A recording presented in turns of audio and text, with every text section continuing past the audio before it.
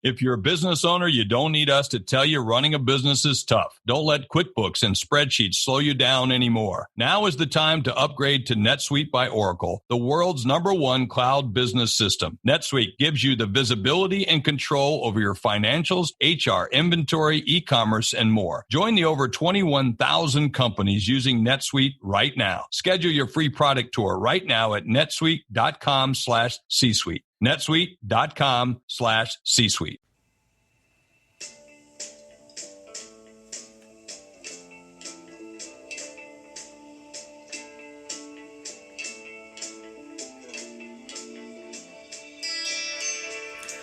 Good day, everybody. Welcome to the Superhero Homies podcast. My name is Quentin, and as always, sitting here with the homie Kevin.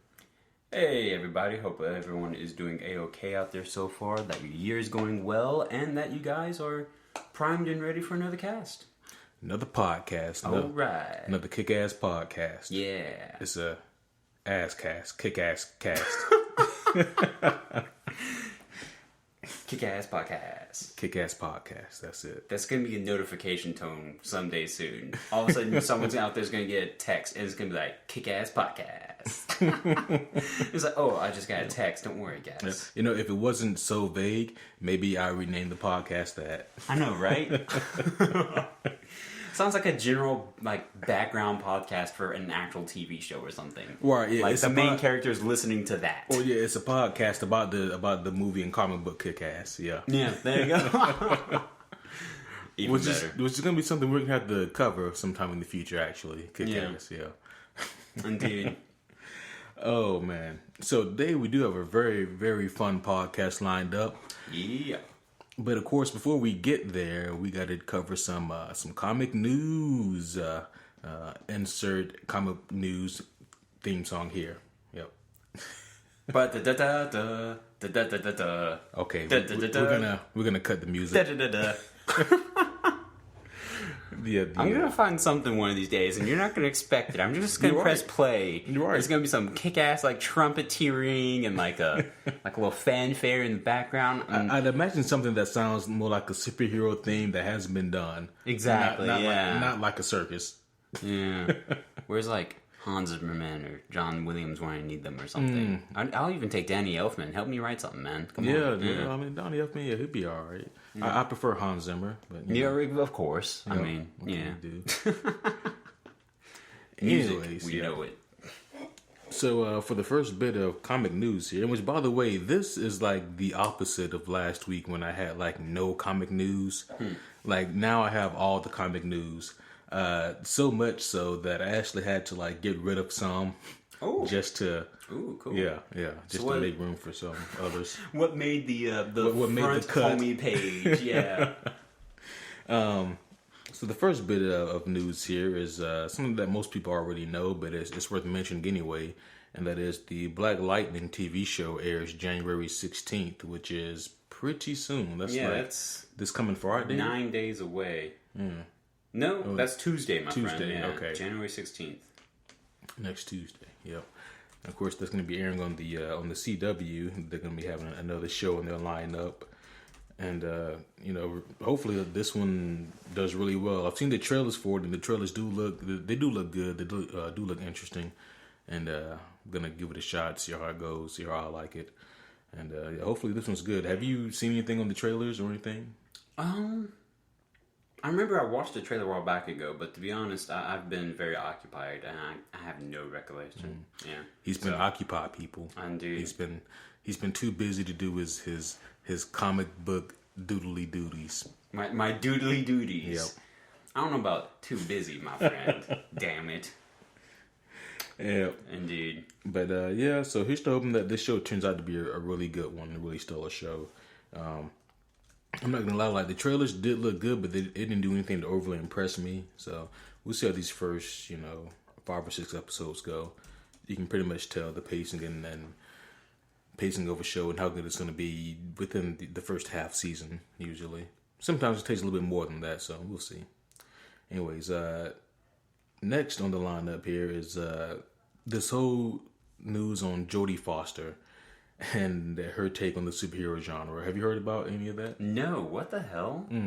Yeah, so The past week or so, the internet has been in a bit of an uproar about Jodie Foster and her negative take on the superhero movie genre. She's saying things like it kind of kills creativity and things like basically like it's kind of it's a dead end basically. Like she doesn't really like the superhero genre because there's no room for originality or creativity is what she's saying. And there's been a lot of people to respond to her because to an extent, I see where she's coming from, but what she's doing is she's grouping all of these movies together under one umbrella. Yeah, I actually just pulled it up now. I'm reading it, and I was actually just getting to the part where she was grouping everything, calling everything under the same flag. Yeah. And that's the biggest flaw I see with her logic or lack thereof. Don't get me wrong, like there are a lot of comic book movies that are just mindless fun and they don't do anything to really stimulate or to make you think as a viewer. There are a lot of comic book movies that way. Kevin and I have seen a lot of these movies and we harshly judge a lot of those movies that do that. Indeed. And you guys have heard a lot of that judgment. In fact, maybe some of you have even felt the backlash of that. However, though, there are a lot of comic book movies out there that are extremely well done and that can stand aside the greatest of non-comic book movies. I mean, just last week we reviewed the Dark Knight trilogy, all of which are outstanding movies, not just based on the superhero genre, but on their own merits. They're just really good movies. And I mean, you really can't deny that there's really strong superhero movies out there. Winter Soldier is another strong one. Of course, Logan is another strong one. I was about to say, you knew that was the first one that came to my mind. Yeah. I mean, there's a lot of really powerful superhero movies out there. So to really classify them all as kind of being the same or, kind of being, dull or non-creative or non-original is really... I mean, it really shows your ignorance to the genre because you really haven't had that much depth to it. On the surface level, if you're on the outside looking in, I can kind of understand where you're coming from because, like I said earlier, sure, there are some movies out there that do fit that bill of not being creative and of just being mindless fun. Where you turn your brain off and then you laugh at the funny thing that happens and then you go home. But I mean, that's exactly the same thing that we've made fun of certain movies about, I mean, so it's not like she has a bad point, she's just carrying it across in a very bad way. Yeah, exactly. So Thanos has a confirmed name. Have you heard about this? Yeah, a confirmed name. Well, his mother gave him a different name at birth before she looked at him, and she proceeded to go mad. So Thanos the name that his mother gave him is actually Dione, Dione. Yeah. And that's based off of like another Greek god because the name Thanos is also based off of a god. Right. And so, that's kind of where that comes from. And like when the internet found out, they were amok. They were beside themselves because they were like, really? This is his name? But the fact of the matter is, though, like it's not really his name. Thanos' name is still Thanos. And this was really just to give the readers a little bit more information on his background and on what almost was. So this is kind of funny. So I went ahead and looked it up because I have my laptop right here, guys. Yeah. I'm keeping up with the news here. You said his birth name was about to be Dion, correct? Dion? Dione. Yeah. Okay. Based off of like a female goddess that did. Would you like to know what she was the goddess of? What was it? Wine. Wow. Wine. Yes. Maybe it's because he was purple like a grape. Maybe that makes sense. Like, oh, hey, he reminds me of my favorite fruit. It makes my favorite drink. But unfortunately, that theory has holes because she looked upon her son and she went mad. So. Yeah. But anyways, like I really didn't think it was that big of a deal. I thought it was just a cool factoid that the writers threw in. I mean, I like seeing cool background information on comic characters so long as it doesn't like ruin my perception of them. And seeing the name that Thanos almost had really didn't ruin anything for me. You know, it didn't mess anything up. I didn't care. You know? Actually, if I can make a quick correction too, I'm doing further reading here. Dion was one option of the translation, but it also has that there is another goddess who actually is Dion, Dione, the full correct spelling, and she is the Roman goddess of love, apparently. Yeah, that's the mother of the goddess of love. Yeah, that's actually what I read earlier. Really? Okay, cool. Yeah.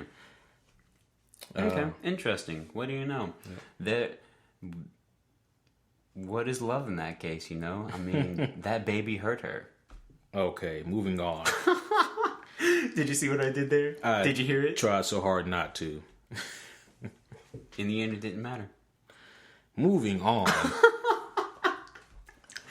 All right, I'm a little sorry. What's up next? What's next? You need to be. So next up is Jeff Johns welcomes new head of DC Films. That's right, Jeff Johns is no longer the head of DC Films. He is now officially stepped down, and the new head of DC Films is Walter Hamada. And so I wrote a little bit about this article here about Jeff Johns stepping down, and we can all speculate on the reasoning behind it and what this means for the future of DC movies. As far as I know, everything slated for right now is still going to be essentially the same, but as far as everything after like 2020, I think that's probably where things are going to start to shake up a little bit. So let's see here. He was previously like an executive at New Line Cinema, and he did such things as like It and The Conjuring. So he was a pretty big horror guy. And he also directed 47 Ronin. I'm reading right now. Yeah, the Keanu Reeves flick. So yeah, he's got some shoes to fill here.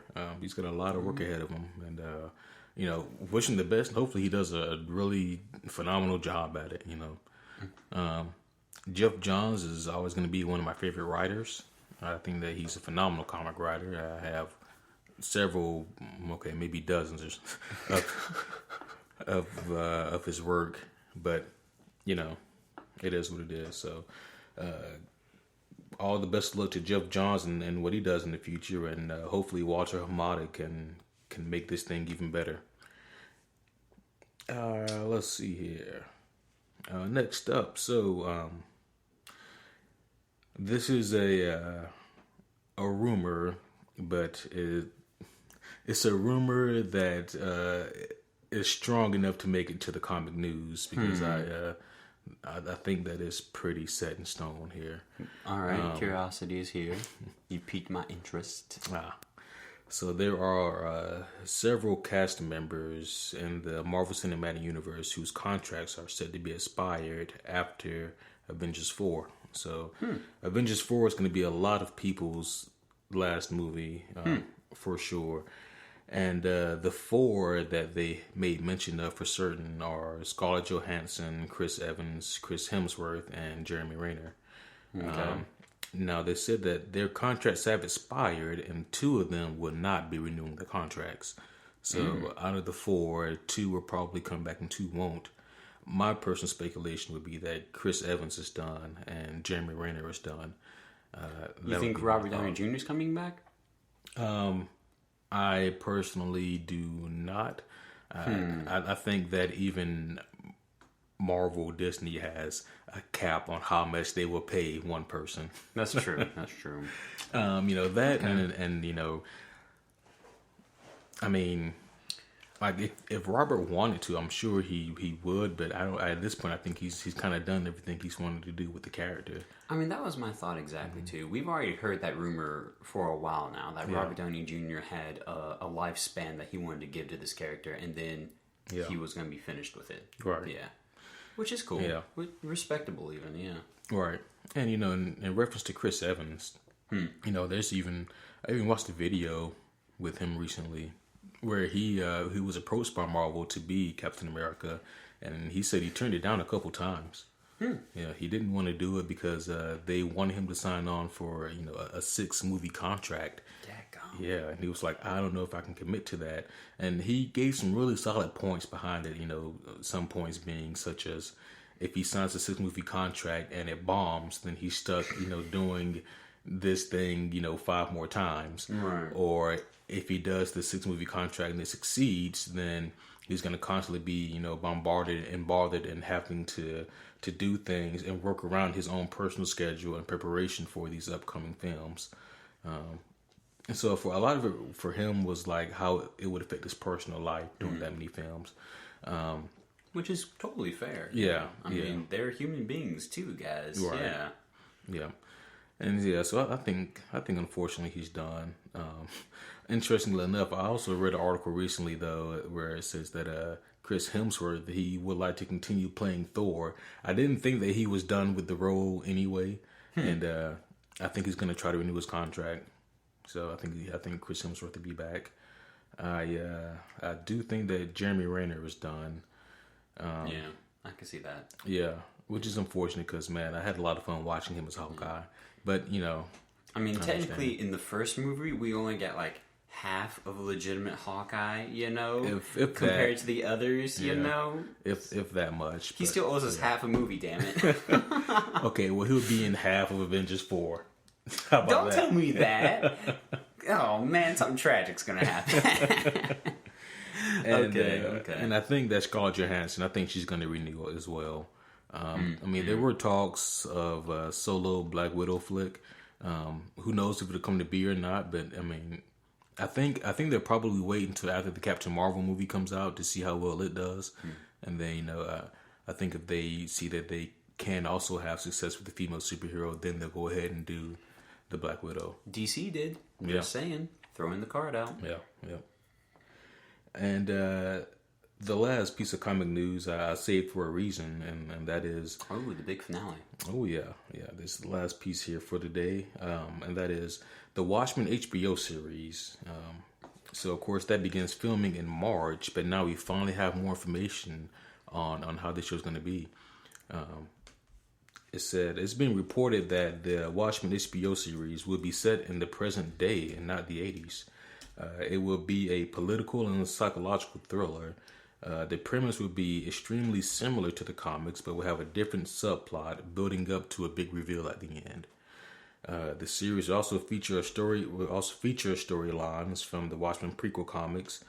The series is targeted as having a hard R. So yeah, obviously it's going to be rated R for folks, or TVMA, however HBO rates their TV shows.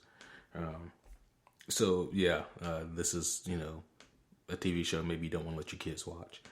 But yeah, that has me really excited because I wasn't really sure what David Lindelof, the director for the upcoming Watchmen TV series, I wasn't sure what his approach is going to be for it. But seeing that they're going to do it, in the form of present day, really has me excited because there's a lot of new, a lot of new opportunities they can play with. You know what I mean? Yeah, for sure.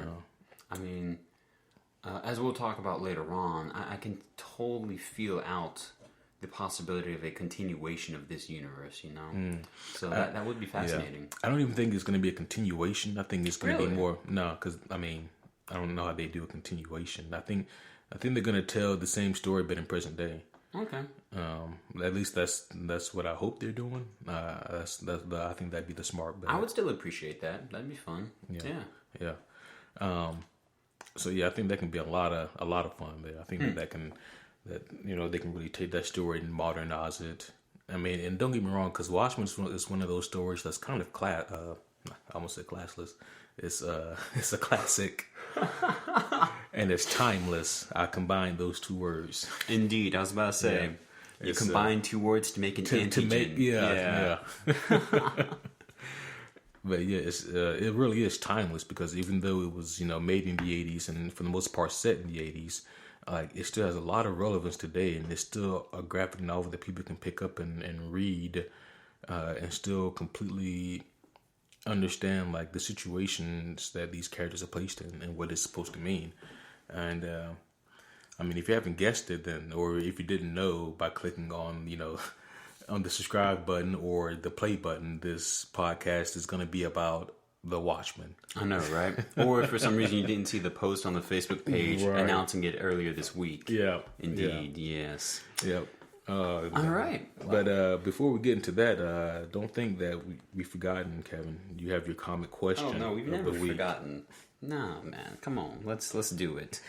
All right. Let's see if I crash and burn or if I just like bang my head. Or if I get this correct, because heaven knows. Yeah, you could. I could. You could. Indeed. This could be your week. We'll see. This could be your week, Kevin. I got a good feeling. All right. I have a feeling. Oh, man. Okay, so since, we're covering The Watchmen this week, I thought it only appropriate that we ask a question that, has relevance to The Watchmen. So this is more of an Alan Moore question here. Of course, Alan Moore is the creator and writer of The Watchmen, the original Watchmen miniseries. So Alan Moore created Watchmen, The Killing Joke, and which other graphic novel? All right, this is not going the direction I wanted it to go. What? Okay. From times past, I've learned that it will probably work best if I give you multiple choices. If I leave your brain to free range, then it will. Then I'm gonna have some fun. I'm gonna be out there. You may have your fun, but you may also never be right. Well, that'll probably be the case, but that's okay. I don't want to be right. All right, give me some options here. So he's done The Killing Joke, he's done Watchmen, and... was it A, The Sandman, B, V for Vendetta, C, Justice League Kingdom Come, D, Batman Year One?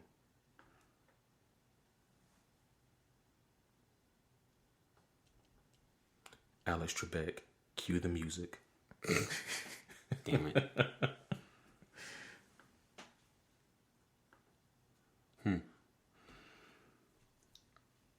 V for Vendetta. Let's go with that. Final answer. Final answer. Kevin, you are... You dick. You... No, you're correct. You've got it. Yeah! I'm throwing some shit! I threw my pen. It's across the room. I want to get it, but my mic's not that long. Wait. I deserve that. I'm done celebrating now. Thank you. Oh, right. Let us mark the calendars, people. Kevin. Damn it. I had to make a multiple choice, damn it. But Kevin got one right. I did. I mean, that one I felt like was, and as we'll get into in great detail here in a second, that one was definitely more obvious for me. The Batman Year One was a good throw-in just because, The Killing Joke was a great one, so was Batman Year One. But with the heavy message that The Watchmen implies throughout the entire story, V for Vendetta, also has a very great message that's implying throughout the story. And it's like, he was really good at implying this message. Right. That was a really great message too. Yeah. What? See, I put these choices in from I guess my own perspective, which is where I messed up, because Sandman is also you didn't mess up. Sandman is also a very deep and psychological graphic novel. It was written by Neil Gaiman, but that one was also extremely deep and gritty. Completely different premise, but it has like a similar tone almost to that of some of Alan Moore's work. And of course, Justice League Kingdom Come, that was written by Alex Ross actually, and that one though is just once again, it was really just the way that it was written that can remind people of Alan Moore's work. So that's kind of why I threw that in there. And of course, Batman Year One, because of course, makes sense. Yeah. Oh, that reminds me. I'm trying to get my pen. Okay, because I can do it. I guess you need that for the podcast. Maybe. You don't know. I got it. Yep.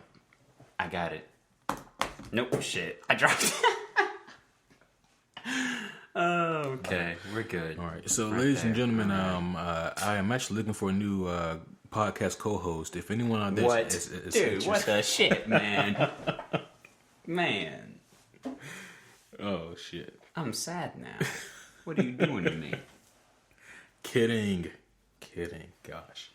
But that did remind me of just like that, the comic question. There was an episode of Jeopardy. I saw this online somewhere, and it was pretty funny.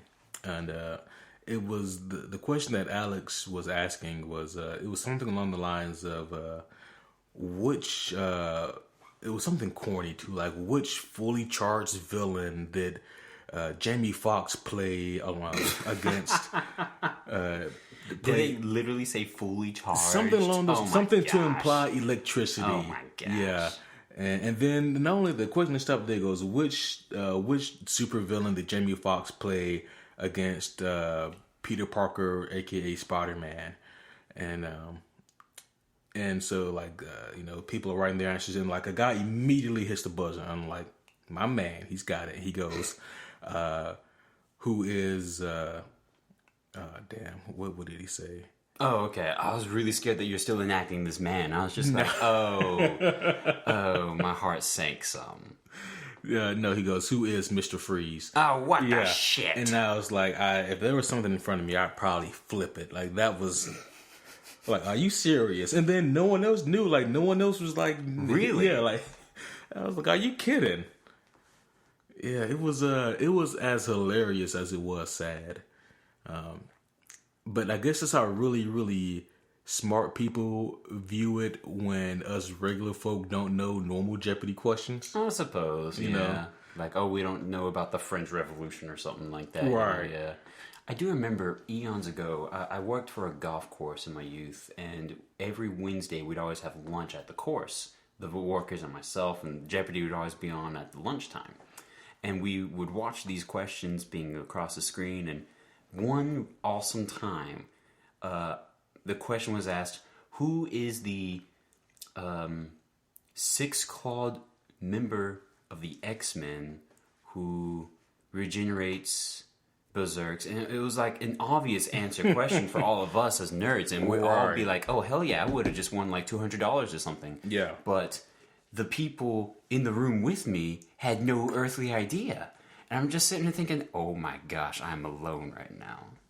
Yeah. It's like, this is so sad. Yeah, like things like that, like that question you just said, and like also the question with the guy I just mentioned. Like, to me, it doesn't even make me feel smart. It makes me feel sad. Yes. It makes me feel sad that people don't know stuff like this. But what can you do? Well, not. You start a podcast and you educate people. That's what you do. And you know what? We're doing it. Yep. Indeed. So, I guess first lesson, Jamie Foxx played Electro. Indeed. Okay. That's the first lesson?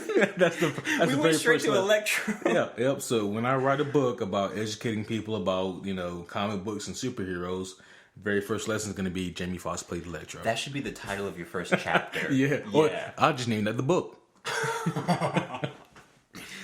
Damn, we're getting there now. Yeah. Okay. All right. So let's go ahead and get into this podcast here. Let's do it. We've we're already almost 30 minutes into this thing. That's a long intro. Oh yeah, it's a really long intro. And man, like, here's the thing about this particular podcast episode here is that this is podcast number 19, if I'm correct. And throughout the podcast journey so far, throughout the short journey we've had thus far, there have been some podcasts that are just easier than others. There's been some, all of them. I've had a blast with all of them, but some have had more fun than others. This podcast right here, however, was the hardest for me to prepare for. And this is coming from someone who absolutely loves and adores The Watchmen. But for anyone who's familiar with the Watchmen, you can only imagine that this is just not something that's an easy to prepare. It's because the story and the intricacies of it are so deep and detailed, and the plot threads, they branch out. It's not... No, that's very true. Yeah. I mean, it wasn't an easy read. Reading the graphic novel, if you really want to get the story, if you really want to connect with it, you have to read certain parts multiple times to truly get it, And I feel like that's that's reflective on what we had to do getting ready for this. Because, I mean, I just finished reading it myself, and it was awesome. Yeah. So I loaned Kevin this graphic novel how many months ago? Damn it. Months ago, damn it. Yeah. Maybe a month, actually. Legitimately thinking, yes. I gave you a hard time because I love you. There were parts I did have to, I went back and reread, and then for my Christmas present, you gave me an Old Man Logan graphic novel, and it's like, well, the shit with everything else I'm reading. There's parts I think that everyone has to read multiple times. Oh, yeah. And because there's so much to it. Like, there's so much depth to the story. I'm not downplaying any other graphic novel, but like your standard run-of-the-mill, Marvel or DC typically won't have this much depth to it. Right. But this does, though. So of course the Watchmen was created by Alan Moore and written by Alan Moore, drawn by Dave Gibbons.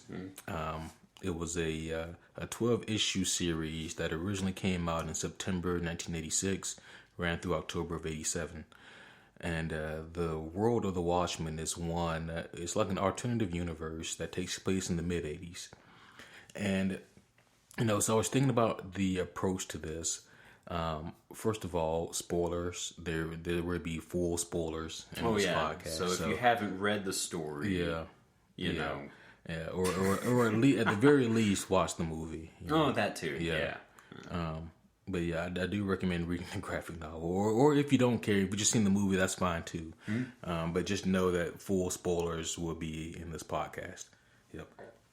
So, I was thinking about the format and really how I wanted to, just the best way to break down this podcast. I was about to say, because it is a layered story. Oh yeah. So what I had in mind, and you can. Step in and tell me if you think that there's a better approach. Okay. But what I had in mind, though... No, you're wrong. Shit. What I had in mind, basically, was just to kind of hit on a lot of the basic plot beats or thread points. Sure. And that's a good start. Yeah. And solid footing. And kind of as we do so, kind of touch on the characters and... then once we cover that, we can kind of go into like some of the overarching themes or some of the subplots, and then deeper. Right. So kind of like walk further down the path of the Watchmen and spread out as we're doing so. Yeah. Fitting. All right. So which foothold are we stepping onto first here? So the very first thing I wanted to discuss was, if we're just going by the major plot beats here, I wanted to first set the tone so everyone kind of understands more about. The world that we're stepping into here. So we live in a world where heroes have been established, where people dress up in cape and costume and cowls and all that. But there, with the exception of one very superior being, there are no actual superheroes in the sense of superpowers. But there are just people who have been fed up with the way that things were going, and so they took the law into their own hands, thus becoming vigilantes. But then. Becoming celebrated by society and then becoming superheroes. So I feel like the first thing we have to discuss, of course, will be the Minutemen. They're like the OG group here in the story. The Minutemen were established back in 1939. And so you can imagine, what, that scene is. And, I'm sure that most of you listening have read the graphic novel, seen the movie, and so firsthand. But they were the first main group of superheroes, and they ran throughout the 40s. The members of that were Captain Metropolis, their original Silk Spectre, Hooded Justice, the original Night Owl, Silhouette, Dollar Bill, Mothman, and the Comedian. Those are the original members, with the Comedian being the youngest of the group. I think it was Night Owl. He actually writes a book in the series later on in his years when he becomes older. It's called Under the Hood. Not to be confused with Under the Red Hood. I know, right? Yeah. I was about to make the joke if you didn't. But yeah, I believe it's in that book where he references that Eddie, he doesn't call him Eddie because, trying to keep his identity.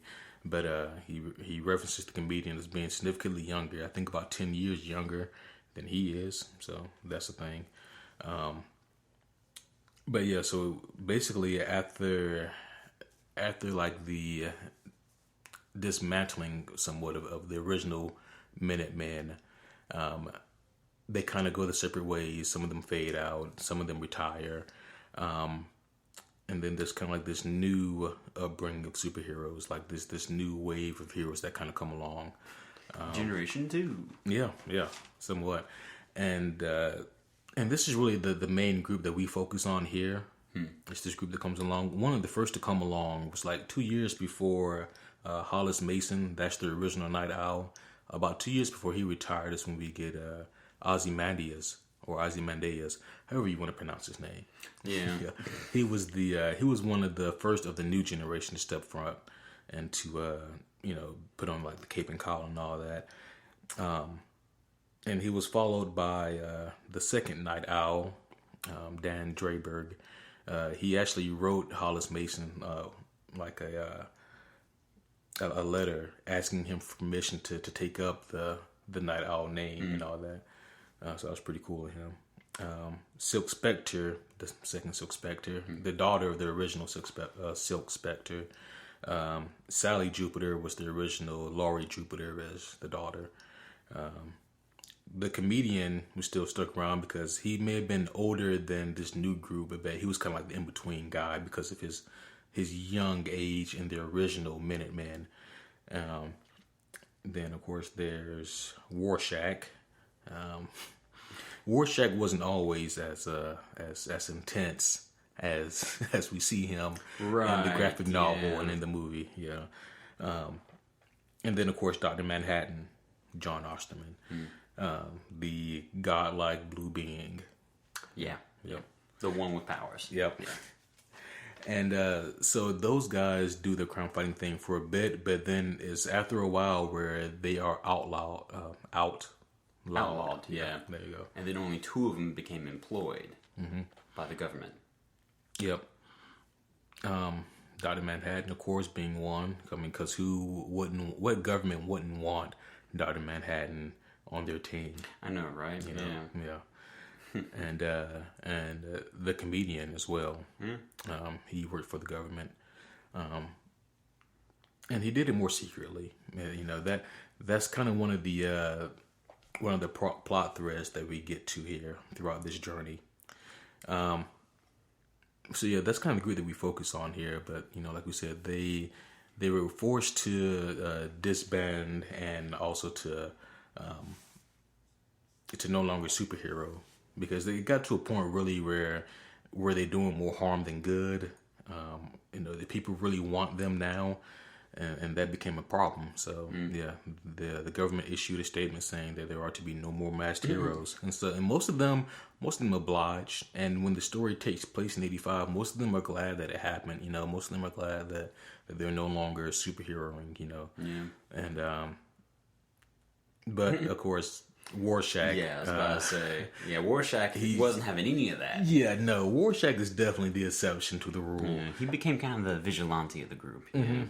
Oh, yeah, most definitely. So that's kind of where the story begins here. So we have pretty much all superheroes retired, trying to live normal lives, and then one fateful night, a comedian laughed. So yeah, to start things off here with the with the major plot beats. First thing happens is that comedian is killed, thrown from a window. We don't know who did it, and Rorschach investigates. He finds the bloody button, and he goes up and he investigates, and he finds out that this Eddie Blake guy was no ordinary person, but he in fact was the comedian. Dun dun dun. Yeah. Dun-dun-dun. And the movie, he had a sick apartment. Yeah. Guess the government actually paid him pretty good. Yeah. Well, I mean, the comedian did a lot of dirty stuff. Oh yeah, no, the comedian was not afraid to take on the knit and grit jobs for sure. Yeah. And so throughout this story, Rorschach, he visits other heroes. Like he visits Dan Drayberg. He's one of the first that he visits to let him know his theory. He goes, I think that there's a masked killer running around, or in other words, there's someone killing masked superheroes. That's Rorschach's original theory. And man, Rorschach, that's the problem with being a crazy man. It's that when you're right, people just really don't take you seriously. And no one will know you're right until it's too late. Exactly. Yeah. And that's really what's happening here, because who knows, maybe if everyone had jumped in on Rorschach's plan from the beginning, if they had believed in them, maybe they could have stopped this outcome. Yeah, or at least impeded the outcome and then think of a better option or another option. I won't judge and call it better, but at least another destiny. Right. Yeah. And that's a complicated sounding thing I just said, I know, guys, but bear with us. We're getting into it. Right. Especially for those who are not familiar with the story at all. Mm-hmm. Yeah. Which, we warned you guys already. Exactly. You're into this now, man. You can't back out. But yeah, he also visits Lori Jupiter, or Jessipix, however you want to pronounce her name, her actual name. Yeah, I was going to ask you that. That was going to be my first question, actually. How the hell do you say her last name? I think it's Jessipix. Jessipix? Yeah, that's how you actually say her name. I'm going to ask you in a week after we don't read this and be like, all right, how do you say that name, bro? I've read the graphic novel like 3 times, so I've had to pronounce it in my head a lot. Okay. There's that. Yeah, he visits Lori and Dr. Manhattan, and even Dr. Manhattan kind of dismisses him. Which when the god of the group dismisses you, then you really don't have a whole lot of hope. And of course, he also visits Adrian Veidt, Ozymandias himself, and he goes to visit him just to kind of say the same thing. And that's one of the things I want to talk about as well, is throughout the just the breakdown here of The Watchmen, I also kind of want to talk about some differences in the movie versus the graphic novel. Please do tell. Yeah. So one difference here is that in the graphic novel, of course, is Rorschach who's leading this charge. He's the one who goes and visits Adrian. And but in the movie, they actually had Night Owl be the one to go and visit. Yeah. Okay. Okay. Yeah. Cool. Of course, it was Dan Draberg. He wasn't in costume or anything. He doesn't decide to do that until a certain point in the story. But he's the one who goes and visits Adrian. And in the movie, they're kind of implying that maybe Dan kind of sorta agrees with Rorschach, or maybe he's just trying to appease Rorschach. Who knows? But he goes to Adrian. He's like, yeah, Rorschach has this crazy idea that there's this mass killer afoot, and he says it almost jokingly, right? But he still gets it out there, and of course in the graphic novel, it was Rorschach who not only visited Adrian, but he also makes fun of like his line of action figures, right? And all that, which is fitting. Yeah, very fitting. And so you stopped being a superhero, and then you made action figures of yourself. Yeah. How big is your head, bro? Right. I know you got a big brain, but what? Yeah. Dan also kind of pokes fun at him about it in the movie. Yeah. However, the running theory though is that they replaced Rorschach with Dan in the scene, because they didn't think it'd be wise to have the guy who would sell the most action figures be the one to put down action figures. So they were like, well, let's change this for the movie. So. Okay, that I guess on a marketing point that makes sense. I was wondering if there's any other big significant difference, if not to put Night Owl in a more, I won't say optimistic lighting, but in a more popular lighting, to kind of give him the screen a little bit more. Yeah, maybe so. I mean, Dan has he has the scene. He has a lot of scenes in this movie. Of course, in the story in general. Yeah, he's got a lot to do. I think he's a lot of people's favorites. He's definitely up there with me. But of course, moving on though throughout the story here. So Dr. Manhattan, for all the good he's done, he's accused of being cancerous, of giving people cancer. And then, just so we know, we also talked about how Dr. Manhattan was also warned, too. Like, he was also on the list of people visited telling, hey... Yeah, we mentioned that already. Yeah, okay, cool. Just making sure. Cool. Yeah. And, so Dr. Manhattan was accused of being cancerous, and Dr. Manhattan was like, no, I'm not. Yeah. It's like, I would know, but I'm not cancerous. And it's not until he sees Johnny Slate, she comes in and she's, that was his old girlfriend, his old flame. and now she's all sick and pale and whatnot, and that's kind of like the final straw. He's crowded by a bunch of people, a bunch of journalists and reporters, and here's the thing about Dr. Manhattan is that despite the way that he comes off, he comes off as almost robotic at times, but he is still, in essence, a man, or he was. He still has like, shit, how do I put this? I mean, he still has the rare emotional side to him. Yeah. And when he's pushed to an extent, just like any man, he's kind of snap. Right. And fortunately, like he doesn't harm anyone who doesn't pose a threat. I mean, so he just kind of teleports everyone outside the building, so he's by himself. And he also changes shades of blue as well. Yeah, which was very creepy for the onlooker in the comic and the movie. Just kind of like, oh, you can do that. Oh, so you can. Well, I mean, it's a good thing he can, because I don't know how you put makeup on him. No, you don't. Like, excuse me, so let me put a little bit of blush right here. Oh, what the hell are we blushing? Right. And then it's like, oh, it evaporated. Yeah. And my hand's gone. Well, shit. Yeah. Touching him's not impossible. I'm just kidding. No. Yeah. You can touch him. I'd rather not. Just ask Lori. You can touch him. Oh my. Yeah. And speaking of that, it's actually in the scene previous to this, like when he's having sex with Lori while working on a project. It's like Dr. Manhattan 2 and 3 are on the job, and Dr. Manhattan 1 is working on like some kind of project with Adrian and whatnot. And I was like, well, shit. Like, and that just was kind of going to show how he's losing touch, Yeah, like his humanity is definitely depleting. Right. Yeah, like the fact that he didn't see a problem with that. He didn't see a problem with multiplying himself to have sex with his girlfriend while he works on a project in a separate room.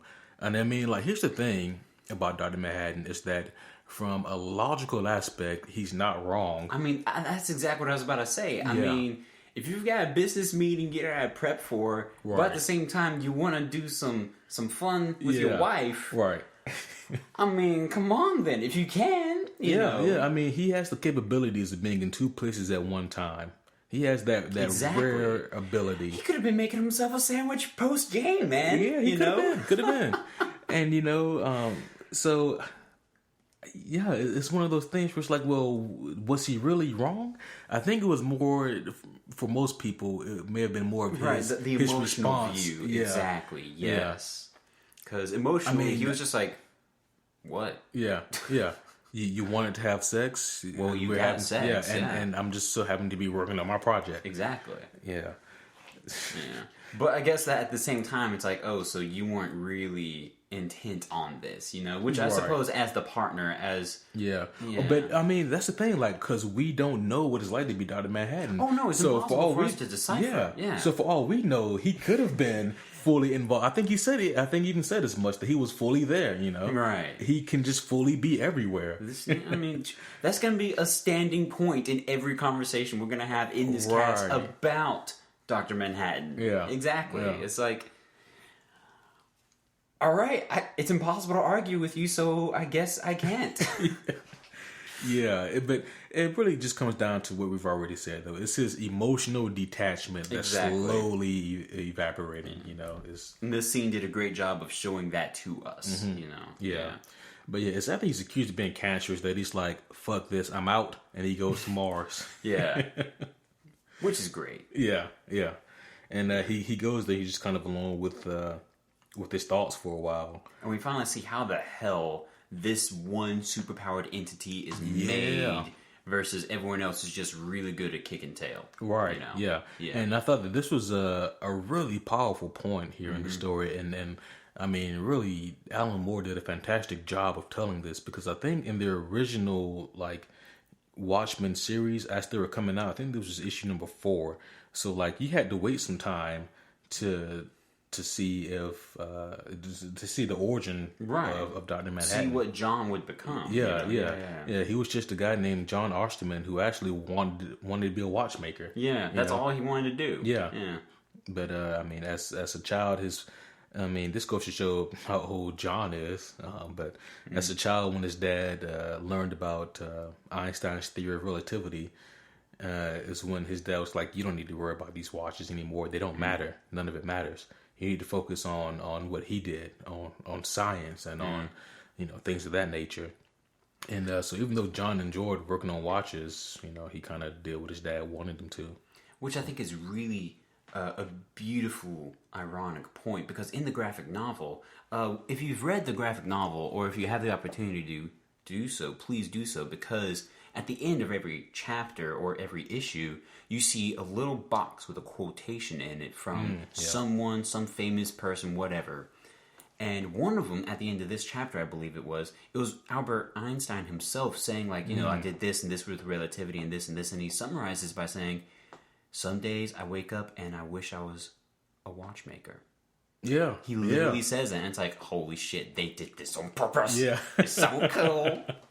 Yeah, it was way cool. Yeah. And it was like, wow, that's really deep. That says a lot, you know? Yeah. Yeah. And it also goes to show, like, I love also the fact that it shows how simple that is, yet how complex he turned out. Yeah. And so, he, long story short, becomes like a physicist of sorts. Right. Oh, okay. Yeah. He does become this intelligent physicist. Yeah. Talent. Yep. And he meets Johnny Slater when he's about 30 years old or so. And, they have some flirtatious moments, and there's a moment where they're even on I think they're on the pier at a beach on a fairground background. Yeah, one of those like coastal pier parks. Right. Yeah. And they get their picture taken together, and he's like, we weren't dating at the time, but she didn't correct the photographer, neither did I. So he was like, I might have an in. Yeah, exactly. Yeah. He was normal man then, like, okay. Yeah. And him and Johnny, they started dating, and things getting pretty serious between the two. And it's one day when they're working on the, give me a second, I had to write this shit down. I'm glad you did. Yep. The electron collider. Okay. Yeah. And which is a cool name. Yeah. It's some kind of device. It's definitely big enough for you to step into, which happens. It essentially was supposed to shred and rip apart the atoms and the different particles of atoms, right? And just show us how it's done for different types of matter. Yeah, I guess the point, right? Yeah. Okay. Yeah, that's exactly it. Yeah. John, he steps in there, and I'm trying to remember, was it to grab his watch or his... In the comic, he was walking out with his crew. They were about to go do lunch or a beer grab or something. Right, and he goes, oh, wait, the watch that I was fixing for my girl is in there. Yeah. Let me go grab that real quick. He goes in, the door closes because of some timed protocol program, which is already in place, which they couldn't correct. Yep. Thus, he's locked in. Yep. And you can only imagine, the fear on John, as he's trapped in there. And the first when the door closes, and his partner Wally and also the head scientist, they're both there, and he's like, "Oh, guys, I'm sorry, I made a mistake. I'm actually locked in here. Can you guys get the door for me?" And they're like, "We actually can't." In the comic, his comrades, all the other doctors, are just like, look at you, man." And then Wally was the only one who was ghost white, it said. Mm-hmm. Yeah, he was the one that was pale white. Yeah. And so when the machine started kicking up and doing this thing, Johnny, she couldn't even bear to look at it. She couldn't even be there. So she left. And I thought about that, because I wouldn't want to be alone, and I feel like if I were to stand there, and if no one else was there, he still had Wally there, but if no one else was there, that's essential. I don't want, would I really want to die alone like that? At the same time, would I want everyone to see me get vaporized? Right. At that point, it's so complicated and it's hard. It is almost impossible to imagine what the hell you would really do in that situation. Yeah. Because that is a moment when your life is so close in the careful collision with death that it's do you really know yourself in that moment? Can you really imagine yourself so well, Right. And that's the way I imagine it. That's the way I think about it, because Yeah, we can joke about it now, like, nah, bro, I'd want someone breaking some glass, I'd crawl out of that, or something goofy like that, sure. Yeah. But yeah, the reality of it is, though, it's like you're going to die, and it's not in an instant either. Right. You know, it's like it's an impeding doom that no one has ever suffered before. Exactly. Yeah. And you know that your death is coming. How can you think about anything else other than that? Like, maybe you might get a last emotion, and that's it. Mm-hmm. You know, like, what will be your last emotion? The fear, the agony itself? I mean, what, you know? Yeah, it's just it's a shitty situation. It is. Yeah, but as far as the world was concerned, John Osterman died that day, and inside that electron collider, and he wasn't seen from.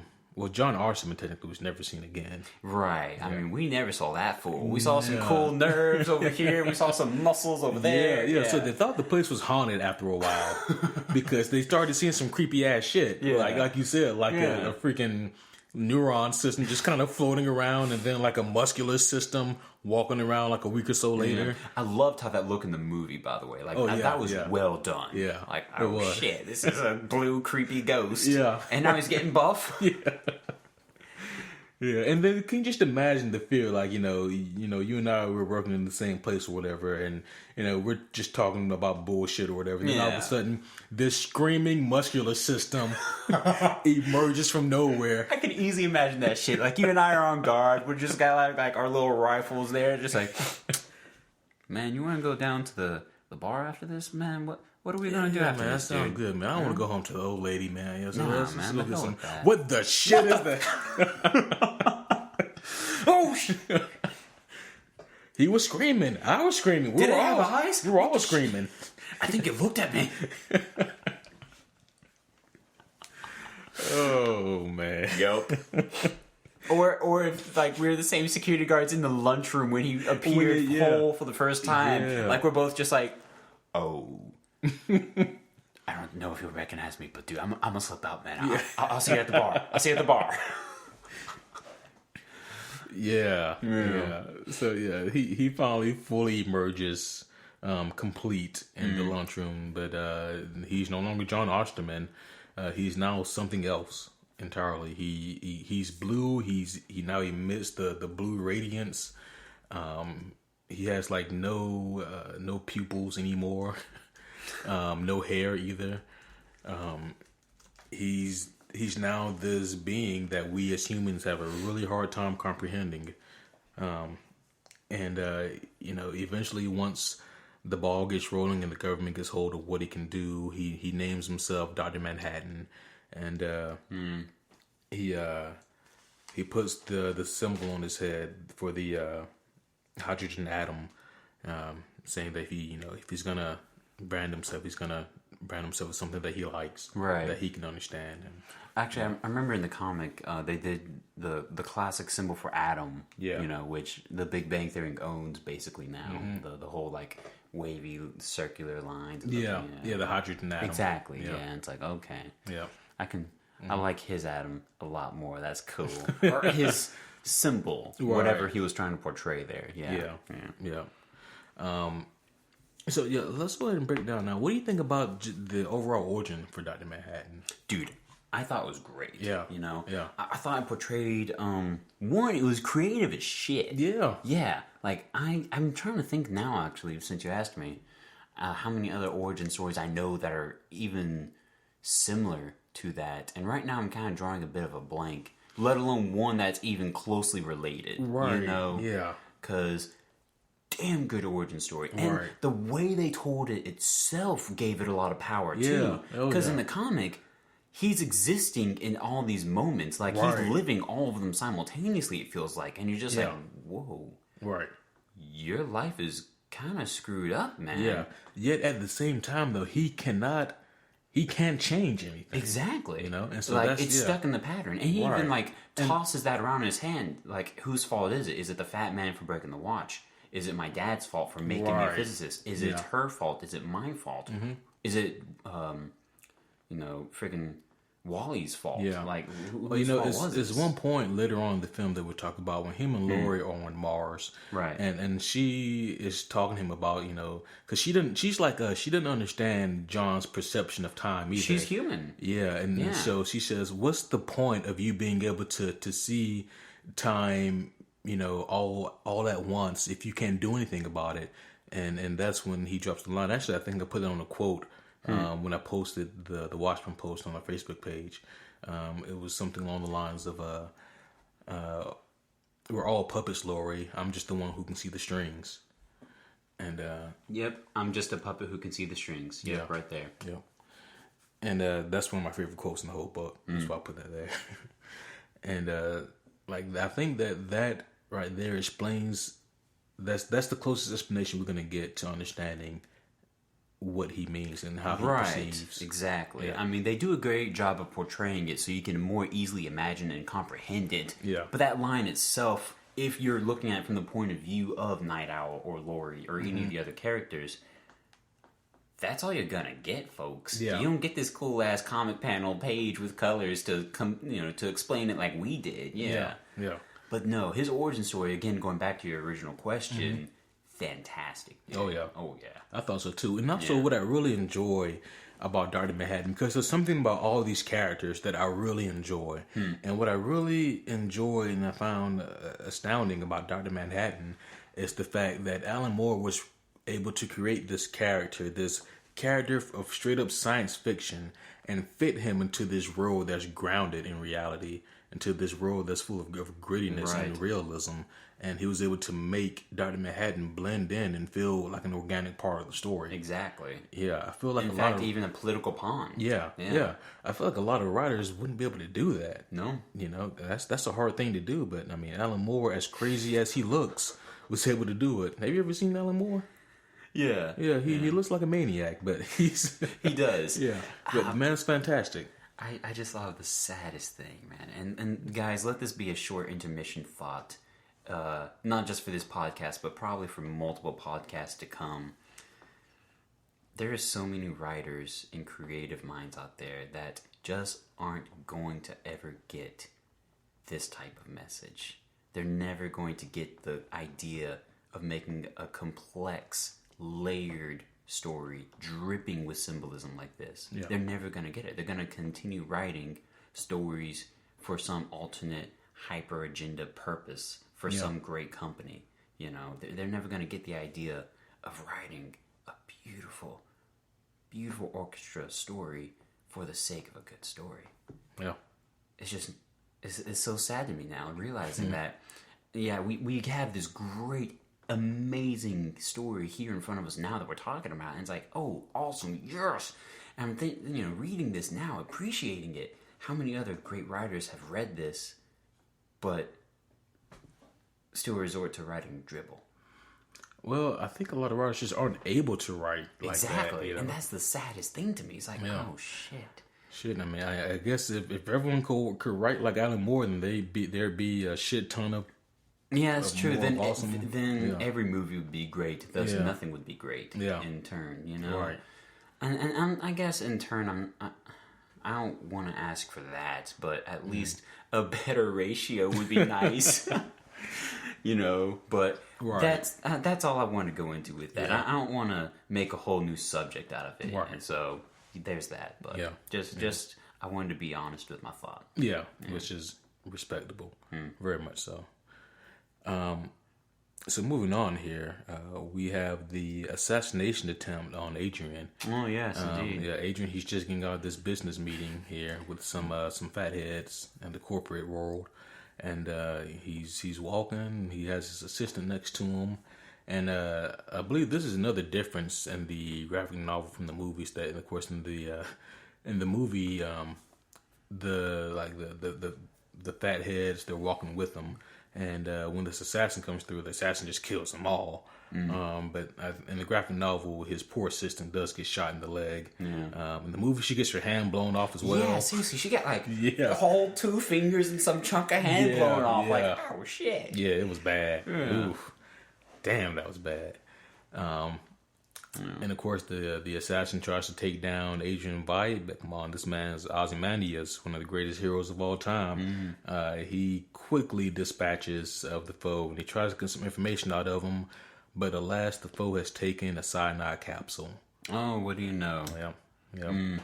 Dead. Can't get any information out of him. That foaming at the mouth. Yep, foaming at the mouth. God damn. What can you do? We talked a little bit before the podcast. Yeah. What do you think about Adrian Veidt so far? About Ozymandias? Okay. I shared this thought with you, and I'm going to carefully try to share it in the same manner over the mic here.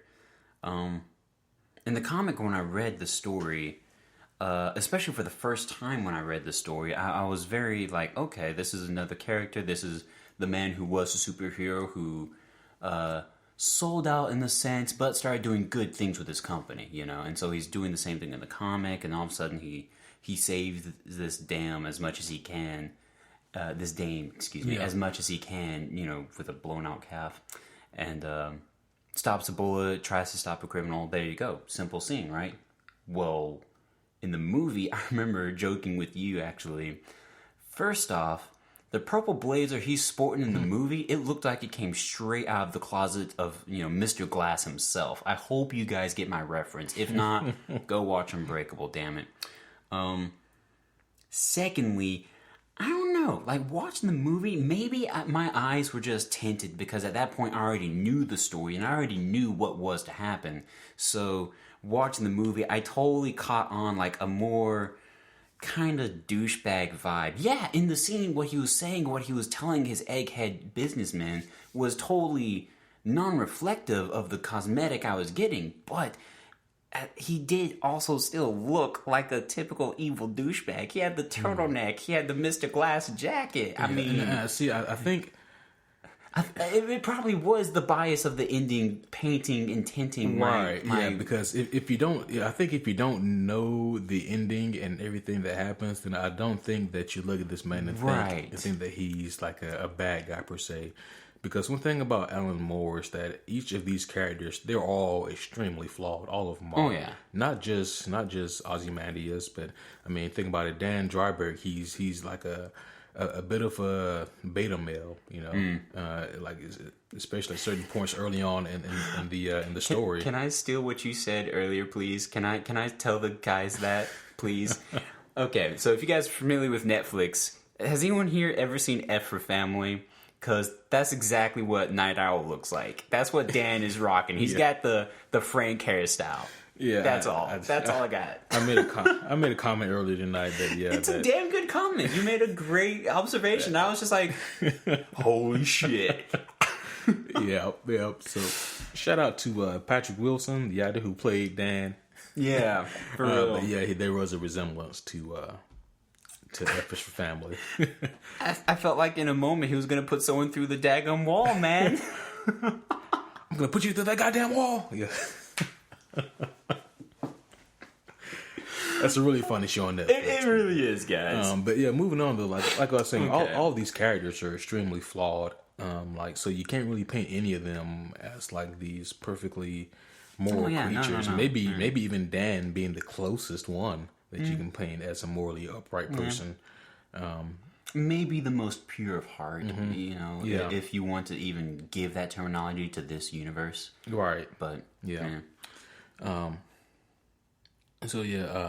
Rorschach, he goes to visit Moloch again. Like so Moloch, he's been giving information to Rorschach kind of unwillingly throughout the story so far. Right. And this third visit, he goes because he finds out that the assassin who tried to off Adrian worked for Pyramid Trans International. It's just this big company. And Rorschach, being the detective that he is able to deduce that he's seen a lot of things from Pyramid Trans Internationals over at Moloch's place when he's been there previously. So he goes over to Moloch's place to confront him about it and to get more information. And alas, Moloch is sitting there in his chair dead, and there's a gun. Yep, there's a gun sitting next to him. And at this point, the police are now surrounding the building, and they know that Rorschach is in the building. Rorschach has been set up, and Rorschach, he appropriately loses his shit. and then appropriately. Yep. And then he gets his shit together because he knows that he's not going to give up. So he's got to find a way to fight his way out. I thought that in the graphic novel was pretty funny because one thing that the movie is also missing are the two cops who are really investigating the Edward Blake situation. And I thought it was hilarious when at one point the phone is ringing and ringing and ringing and neither one of them are answering the phone. And then they finally get the phone and I'm trying to remember exactly what the wording is on it. But he's like, what do you mean? There's a war shark?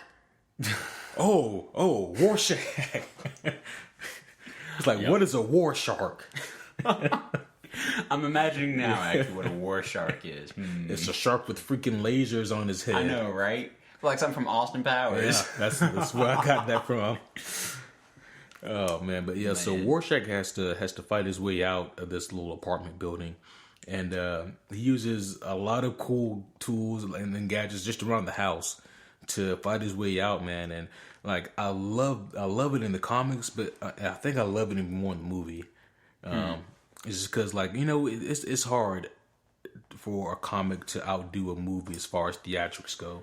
Of course, I mean that's almost even the freaking definition of the movie. Yeah. And no, whenever he was fighting out in the movie scene, you're right. Like it was definitely it was a lot more badass.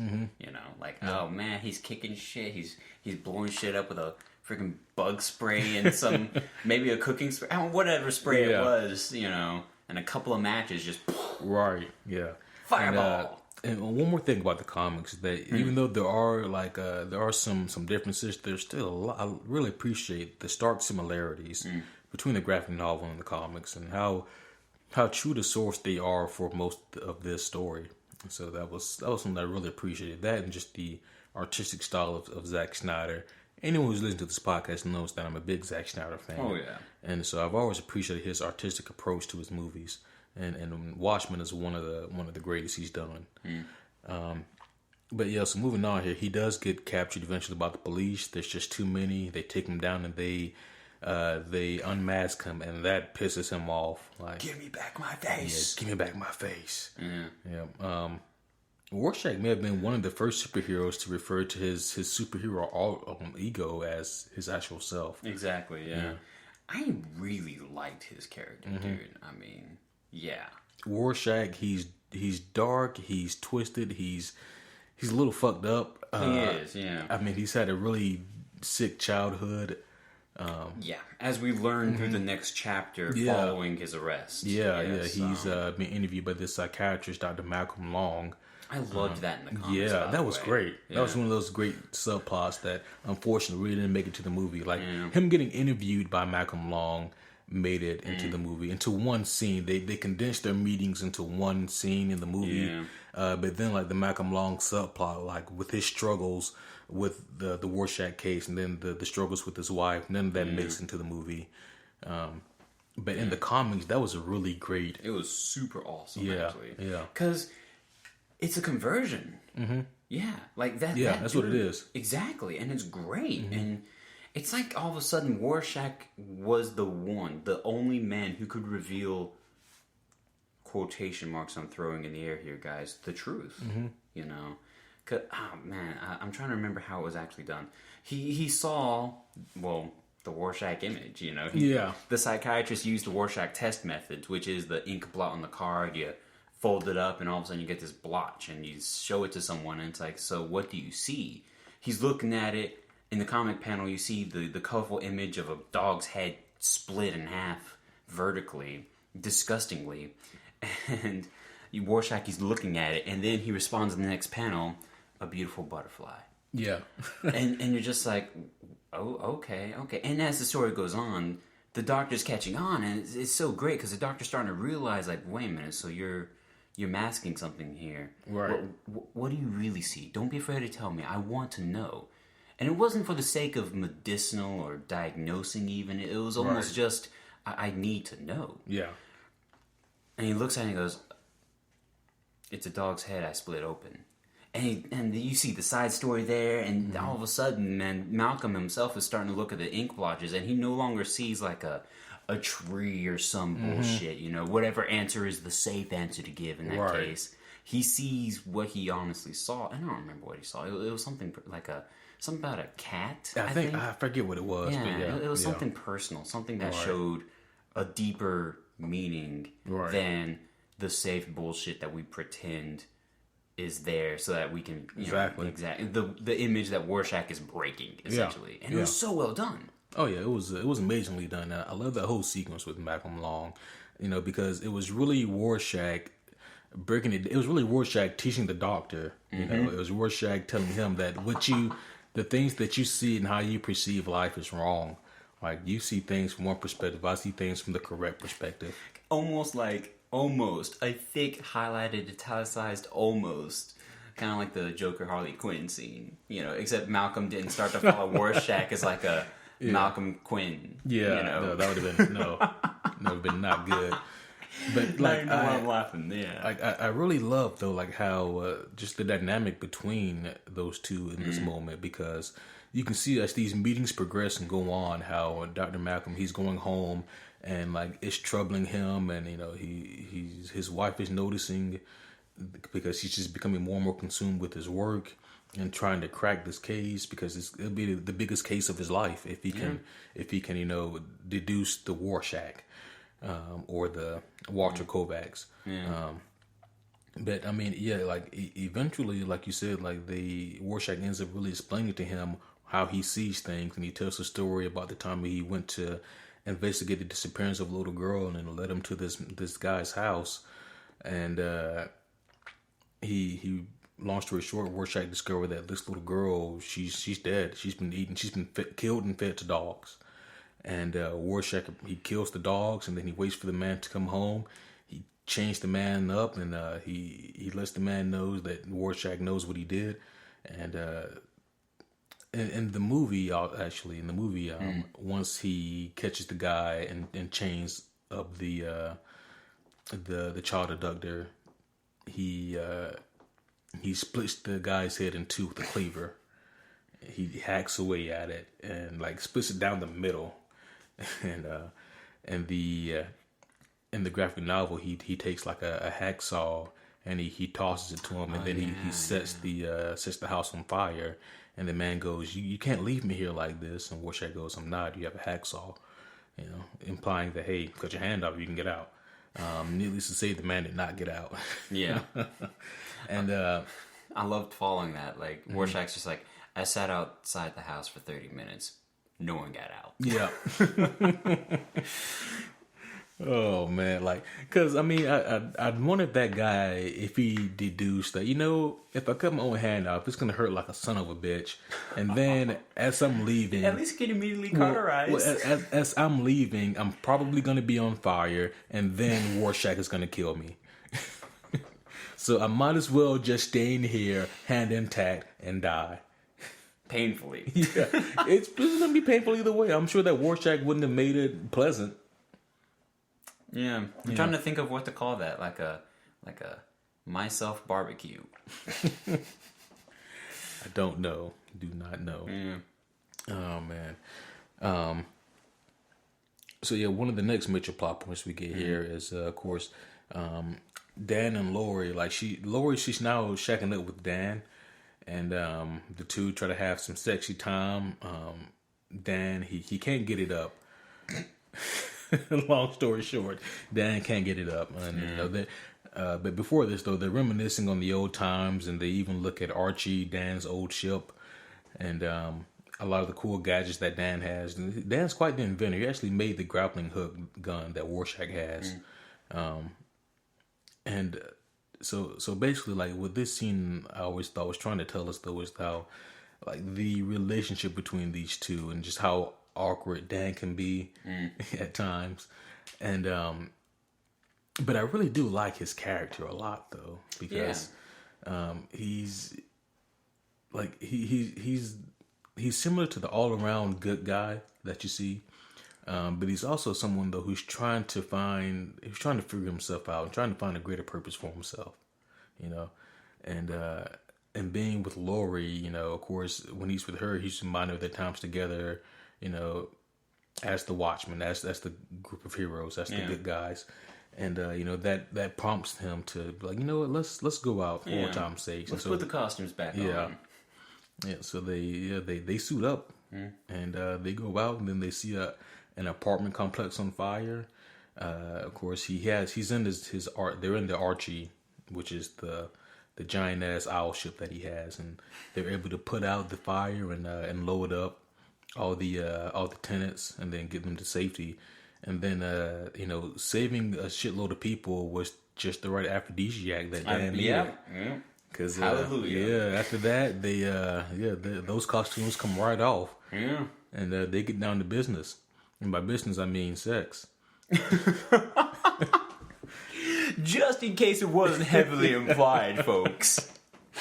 And so I think I mentioned this to you before the podcast, but in the movie they play Hallelujah. Yeah, exactly. In the graphic novel though, they're playing a song by Billie Holiday. Yeah, I forget which song it is though, but I thought that was pretty interesting. I don't know if maybe they just didn't have the rights to the Billie Holiday song, or maybe they thought that the song was just more appropriate. I don't know. I mean, if I remember Hallelujah, I mean. David got the kiss in the middle of it, you know. Yeah. I don't know. I listen to that song, and it reminds me more of Shrek. No, it reminds me more of Ozymandias. Like just the meaning of the song. Yeah. Oh, that's okay. Yeah. I was thinking Shrek when they used the Hallelujah song. I didn't know they used it. Yeah, they did. Yeah. Hooray! And so then after that, like, I guess she still has a huge adrenaline rush because she's like, you know what? Maybe we should break out Rorschach. Whoa, I feel amazing. Yeah. Getting laid was just what I needed. Exactly. His hair started to grow back. Which it really was kind of what he needed because, like after this is when we get, like, Night Owl in full fashion again. Like, we get the Night Owl who's not just a passerby in life. You know, we get, like, a more proactive Dan now at this point. And so he and Laura agreed to go break Rorschach out of jail.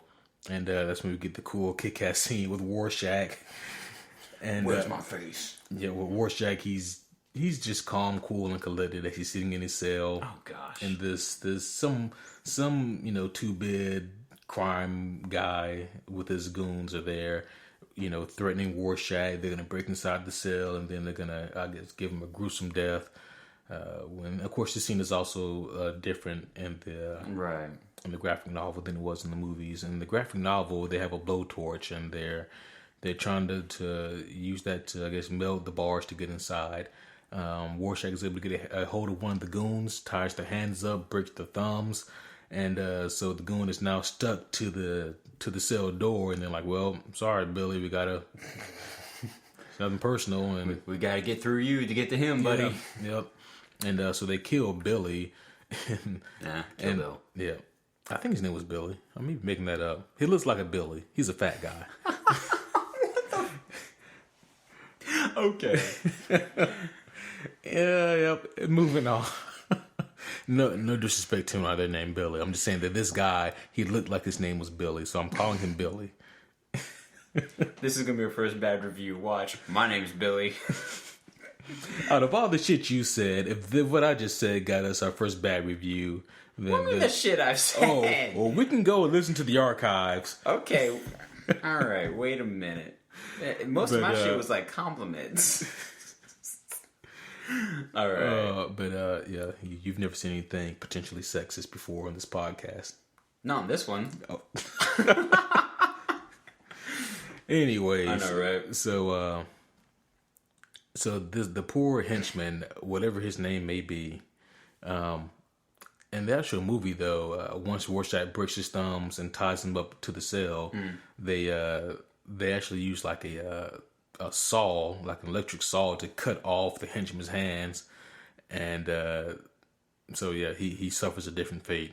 I wonder how the hell, in either case, they got a blowtorch or an electric saw like that. Like what? Who keeps that lying around jails? The electric saw is more reasonable I mean, I can see that more so than a blowtorch being at a jail cell. Okay. Yeah. Cool. Yeah. I mean, because electric saw is a tool. A blowtorch is a blowtorch. Right, but it's like, what jails are doing construction work where the saws are just going to be that available? Like, you got to remember, this is going on during a riot. Rorschach killed the prisoner, or the prisoner that he threw the grease into the face of. He finally died, and that incited a riot.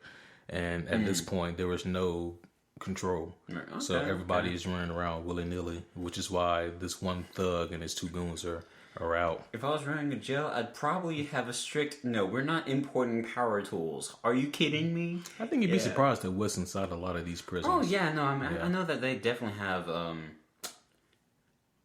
to try to put it kindly, their own source of free labor going on in jails, you know, I didn't have a problem with the electric saw. Like the blowtorch, I can understand. The electric saw, that didn't bother me too much. But yeah, long story short, before Rorschach leaves the prison, because he also could steal the goon as well, pretty easily. Before he leaves the prison, he there's this great scene where he kills the little small person who's leading the gang. He kills them off panel or off screen, and we just kind of see him. Because they go into a bathroom stall, and the stall like is kind of like swinging in and out, and so we're able to see them a little bit in between swings, and it was fun to watch. So Lori and Dan, or Silk Spectre and Night Owl, because they're in costume now. Right. They show up, kick some ass, and help Rorschach escape. And it's at this point, once they get back to Dan's place, that shortly thereafter, Dr. Manhattan shows up, and it says to Lori that they need to talk, and Dan's like, "You gonna go with him, Lori? Like, really? You gonna?" Right. And she's like, "Well, I'm sorry, I have to, Dan." And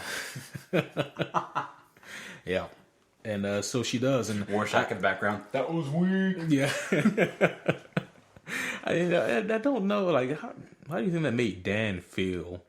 Well, I mean, let's see. How would I feel if my potential new girlfriend that we just all had an awesome connection with all of a sudden was just zapped away by Mr. Godly himself? By her ex-boyfriend who is...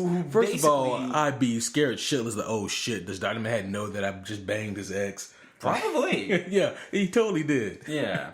Oh, man, because... Yeah, because he even says it like during his moment, I think, like when he's reminiscing on his life on Mars, and then he's like, "Yep," and Lori and Dan kiss. Well, not yet, but they're going to. And so, but yeah, so yeah, Dr. Manhattan, he takes her to Mars, and damn near forgets to give her oxygen. Yeah. And part of me thinks that he knew. He was like, "This is for sleeping with Dan." It's like, wait for it. Yep. Wait for it. The human can do this for another. Oh, excuse me. Here's some air. I'm sorry. Who'd you sleep with? Him of all people. You slept with Dan. Freaking Dan. Freaking Dan. I'm Dr. Damn Manhattan. Oh, okay. We're giving him a lot of emotion now. Yeah. Thank goodness he doesn't have the emotion of like a normal person with that kind of power. Oh my gosh, dude. That'd be a worse villain than Doctor Doom. That's pretty that's pretty intense. Yeah, that's some shit. Yeah. But while they're on Mars, he's built like this crystal castle of sorts, this weird castle with like kind of weird intricacies. It's almost similar to like the insides of a watch, like the guts of a watch. Right. It looks like it's made from gears. Yeah. Especially in the comics, you see it more notably. Yeah. It's his house. Yeah, it's his new place. His new pad. Like, hey, check out my house, my pad. And he and Lori have a really deep conversation here, and he's like, look, Lori, the reason we have to talk is because there's going to be a nuclear war, and there's nothing that nothing's going to stop it. And he's like, I'm not going back to Earth.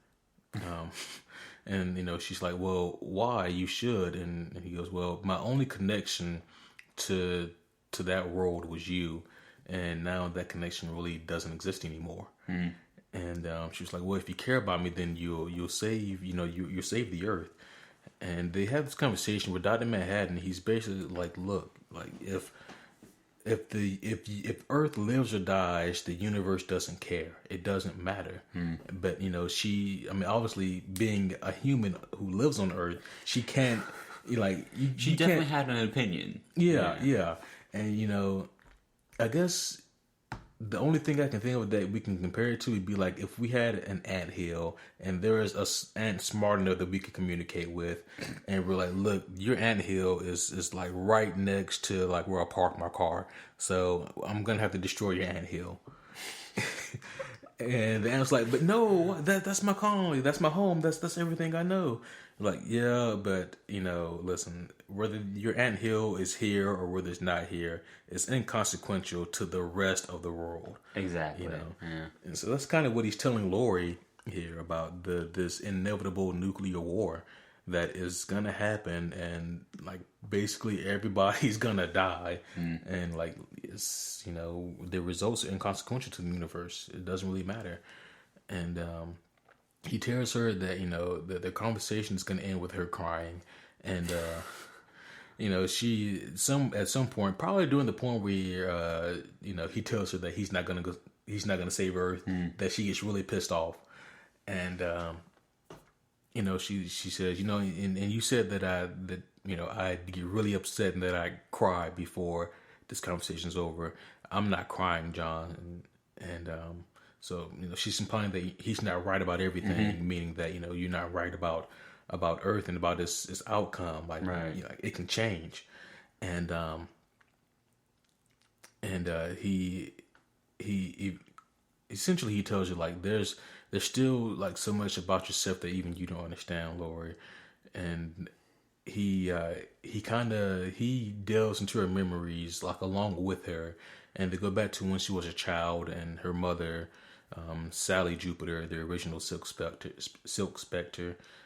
She's married the manager of the Minutemen, and they're having a really shitty relationship. They're fighting a lot, and little Lori is there to see a lot of the fighting and arguing, and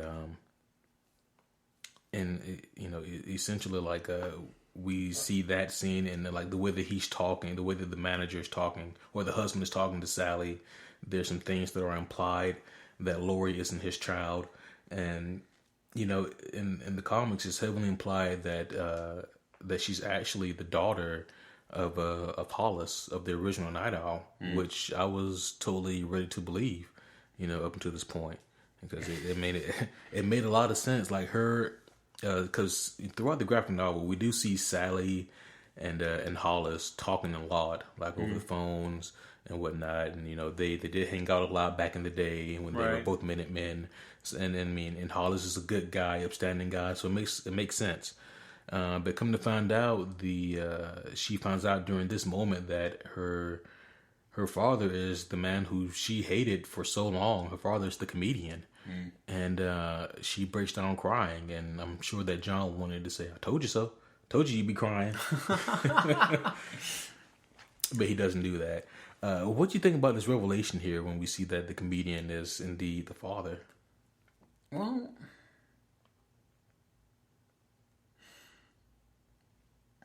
it both made sense, but at the same time, it was still tragic, Oh, yeah. Like for those who aren't familiar... even for those who are, I mean, the comedian was not an upstanding guy. He was he was kind of a dick, He was very much a dick. I mean, he tried to, rape freaking Sally. Yeah. And it's like, okay. Yeah. So it's hard to imagine, like, so wait, was this the child of that action? No, go figure. There was a second time they did get together, and it was consensual. Like, they were like, okay, let's both go for this. Oh, we're both happy. We're both doing it. Okay. And then all of a sudden, you have a daughter. Yeah. What do you know? Yeah. And then it's like, they explain, and it's like, okay. But then remembering what the comedian's character was and what, like, his most, or for the sake of the story, what his most outstanding attribute was the fact that he understood. Yeah. He knew the ways of the world, and he supposedly understood the ways of man more clearly than many of his other colleagues. Right. And so he got the joke. Yeah. Exactly. That's his line. That was his bit. And knowing that, tying that into this chunk of story that we just got about, her revelation here, it's like, I could only nod my head and say, okay, that makes sense. Yeah. Yeah. Yeah. It was, man, it was a striking revelation because, like I said, up until this point, we as the viewers were picking up the obvious breadcrumbs that Sally and Hollis hooked up. And we were completely ignoring the breadcrumbs that maybe it was the comedian. Right. And, I think about this scene in The Watchmen and the story, and it's one of my favorites that says a lot about both Dr. Manhattan and Edward Blake.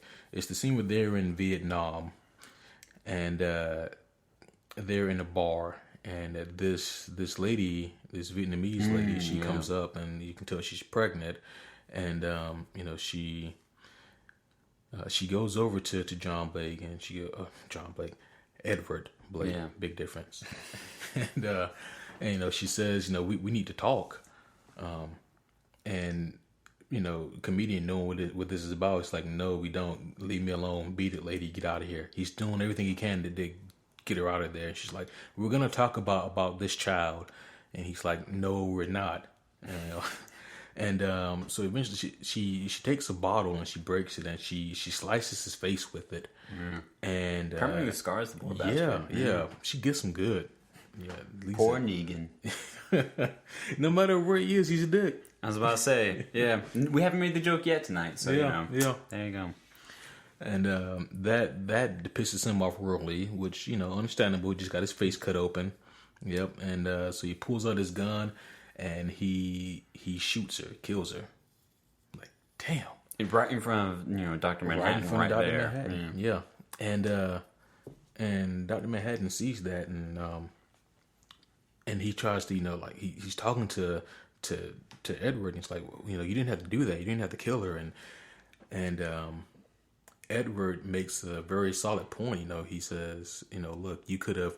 He says something along the lines of, and I'm loosely quoting this here. He says, you could have turned the knife into a pillow. You could have turned my gun into liquid. You could have done so many things, but instead you didn't do anything. You just stood by and watched. Don't pretend like you care about humanity. And I love that. Yeah, a lot. I mean, it really did show the other side of freaking comedian, the side that didn't come out enough. In my opinion, the side I wanted so much more to come out because it was truth. It was like, look, bruh, she got in my face. I retaliated. You didn't do anything about it. Yeah.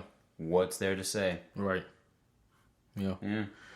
And so I thought that was just a really cool scene there. Yeah. But just on the note about the comedian though, being the father of Lori, we think about the one scene, that fateful night where Lori hooked up with Dr. Manhattan, and then right before she left, she runs into the comedian, and the comedian, he's talking to her, and this is after we see the attempted rape.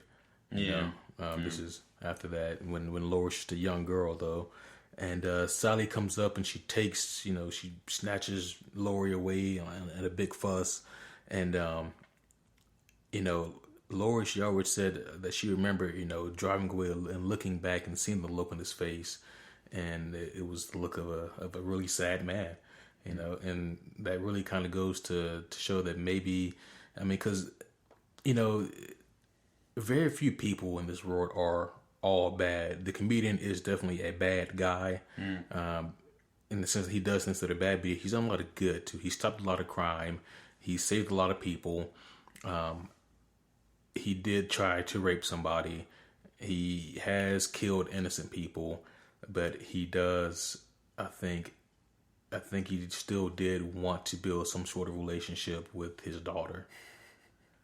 I just had the weirdest correlation in my mind. He's like the Rick from Rick and Morty in this universe. Yeah. I don't know. Like, my brain tried to make that connection, and it's like, meh.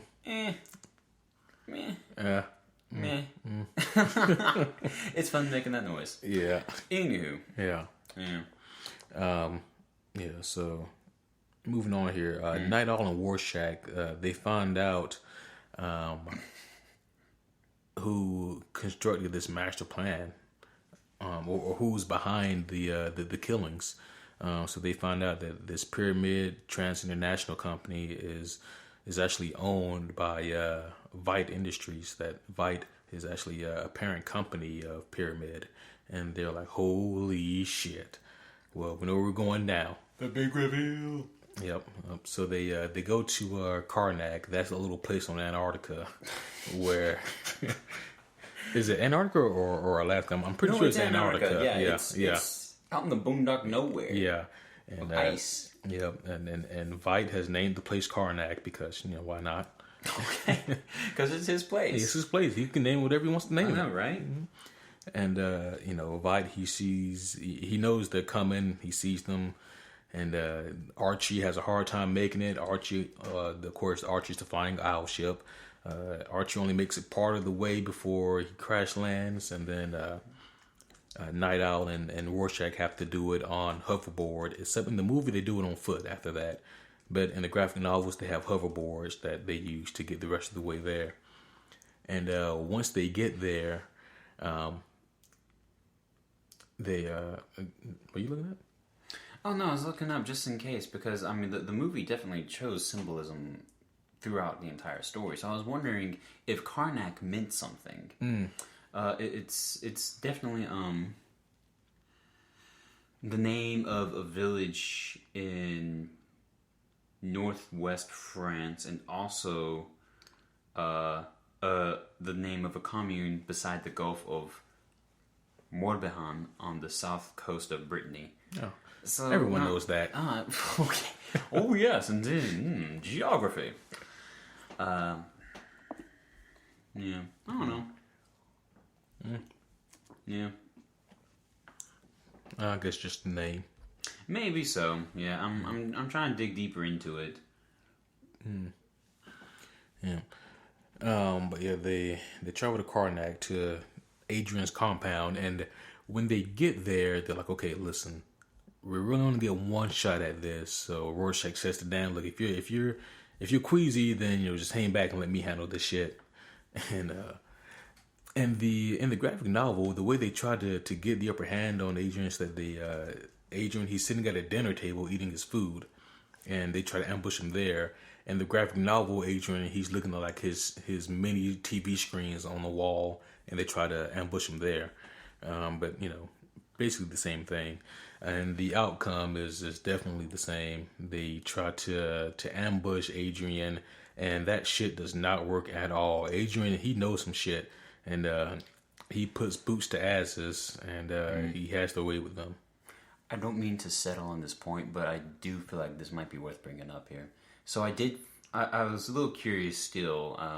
Karnak, by definition, doesn't have anything, but the history of the village of Karnak is very intriguing to the story, and it was definitely chosen on purpose. So Karnak, still the same little village we mentioned, located on the northwest coast of France, is the largest concentration of megalithic monuments in the world. There were 100 monuments for burial mounds, stone tombs, enclosures, all types of these things built all over this place, which makes a lot of sense since we know what's about to happen here.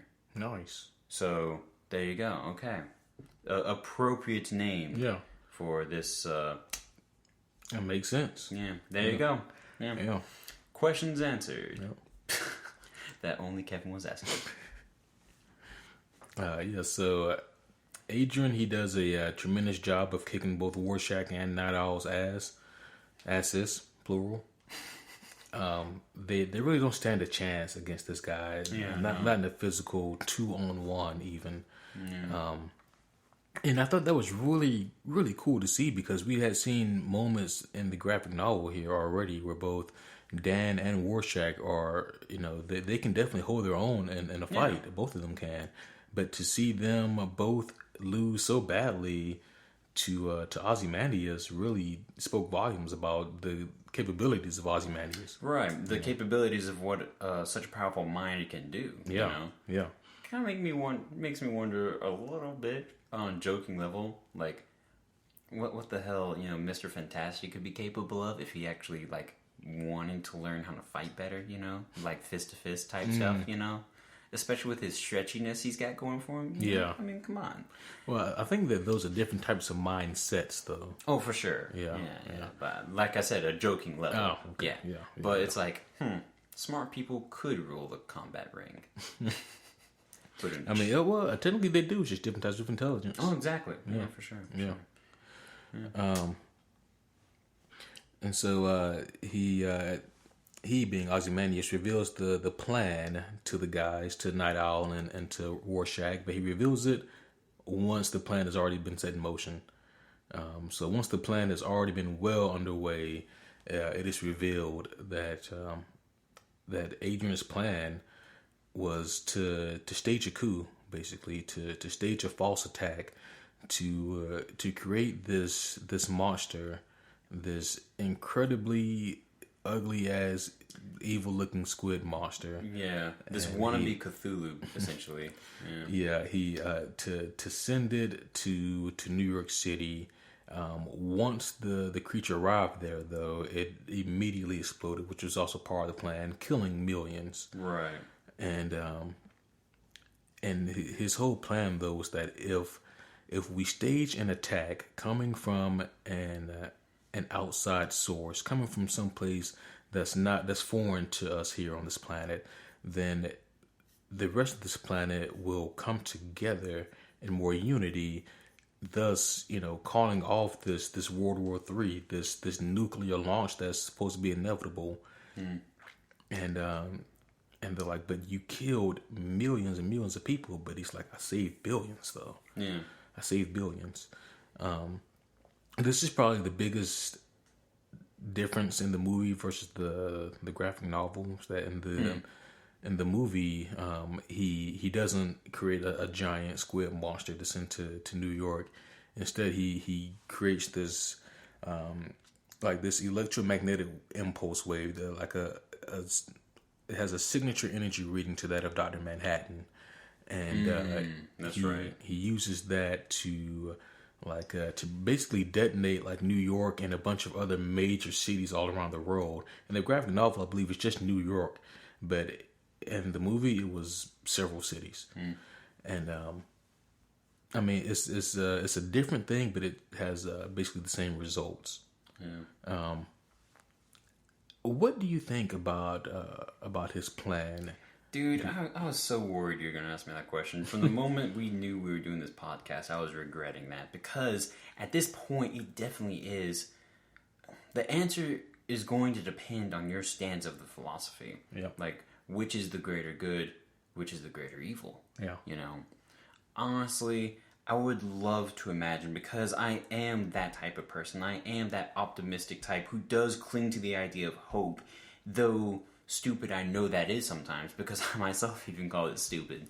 But a part of me would have loved to have imagined that this was not the last resort, that there could have been something more, that this great mind, that this great power, and that these great hearts all could have tied together to have done something for.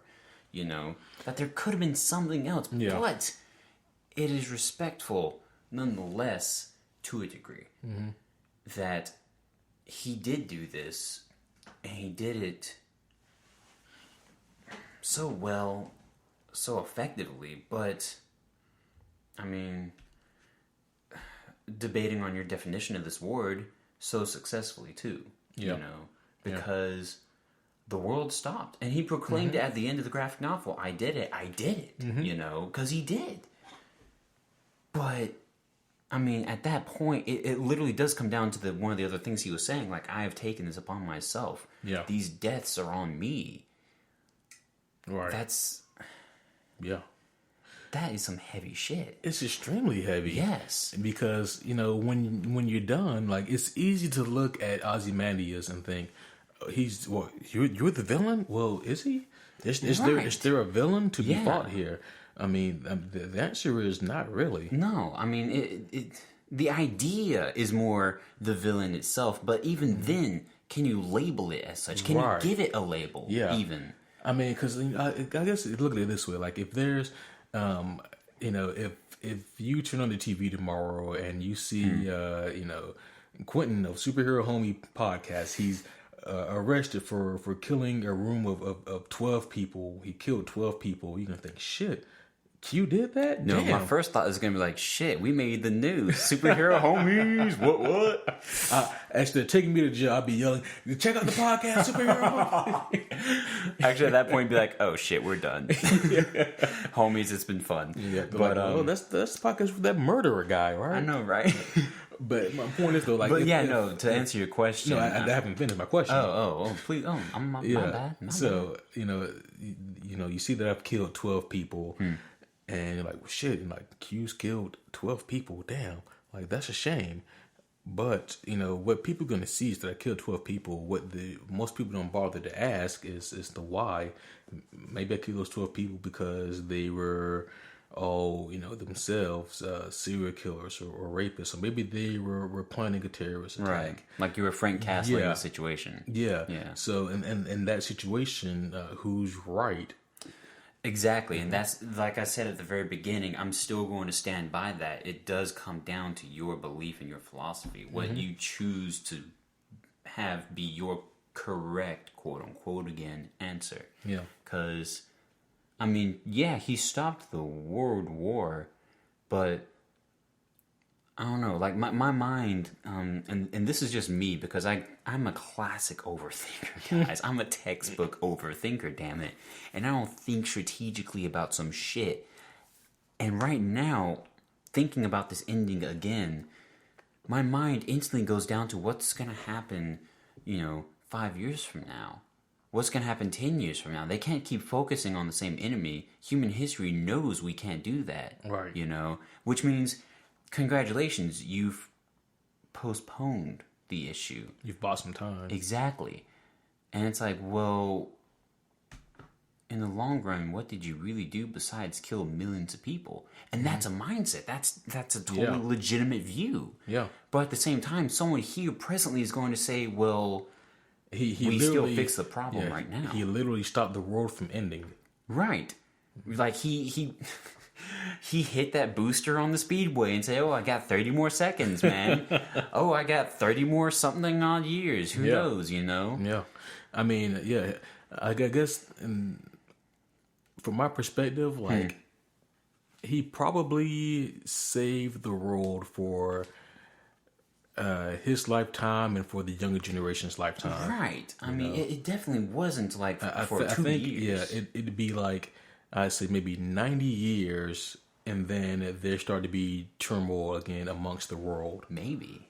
I mean, I think so. I mean, look how long, it's been since, I mean, like, you can even see, like, two warring countries. Like, once those warring countries finally settle down, then there's usually a long set peace, long enough for that generation to die out and for the children to die out. Because the children remember. Right. So it's the children's children who don't know anything about it. Right. And so with that math, I normally say about 90 years. Yeah, that's true. That's the way it's played out. I mean, our parents do a good job of remembering and teaching us, and we do a good job of remembering the teachings. Yeah, I mean, that's like, with we're at a weird age with 9/11, because like we weren't like toddlers, but we were definitely old enough to remember it. Oh yeah, you know what I mean? I mean, I'm never gonna forget where I was. Yeah. None of us are. Yeah.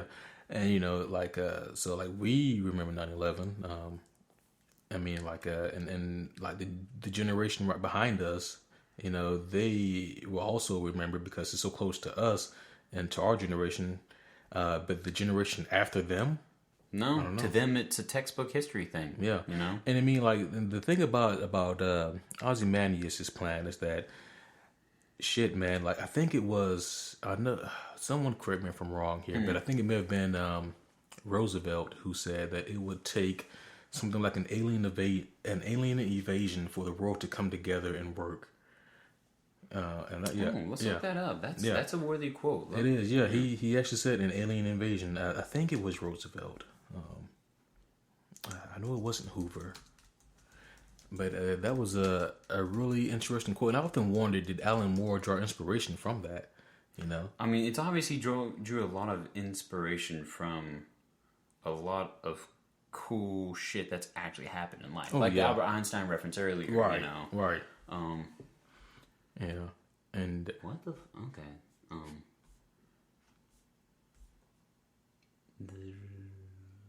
Okay. That did not work. No. My Google search put up a lot of Roswell UFO crap. I got the FBI in my house now. Damn it! You mean in my house? Shit. Oh no, the computer's in my name, bruh. So they're gonna be like, where's this douchebag at? Please forgive me, FBI. Okay, I'm not finding it yet, but feel free to look it up on your own too, guys. And if you find it, I mean, let us know. We want to know. Yeah.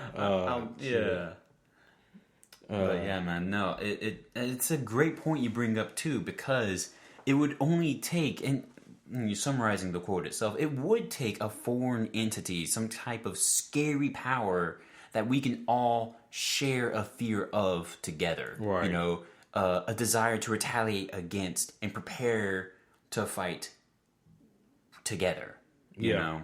Yeah. So, and that's respectable and that's relatable. And you know what? It definitely worked, because we saw in the graphic novel, and especially at the end of the movie, we saw all the news channels broadcasting the same message. Like, guys, the war, our little bullcrap here, it don't matter no more. We got to focus on this bigger threat, and we're going to tie it together and do this, And the plot worked. Yeah, I mean, his plan worked. Ozymandias really is like the smartest man on earth, because he was able to get this thing to work properly. Him and his cool breastplate. Oh yeah, he did have a cool breastplate in the movies. Yeah. But now, as to whether or not though he was morally correct or not, I mean, that's always going to be up for argument. But the unfortunate truth is, the one thing that's not up for argument is that he did save more lives than would be killed, arguably.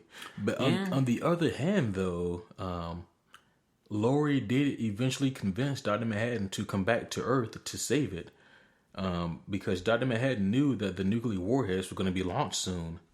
So Dr. Manhattan may have been able to stop the nuclear warheads had they been launched. So, I mean, who knows? So I think that maybe it wasn't necessary. There's a bunch of different ways to look at it.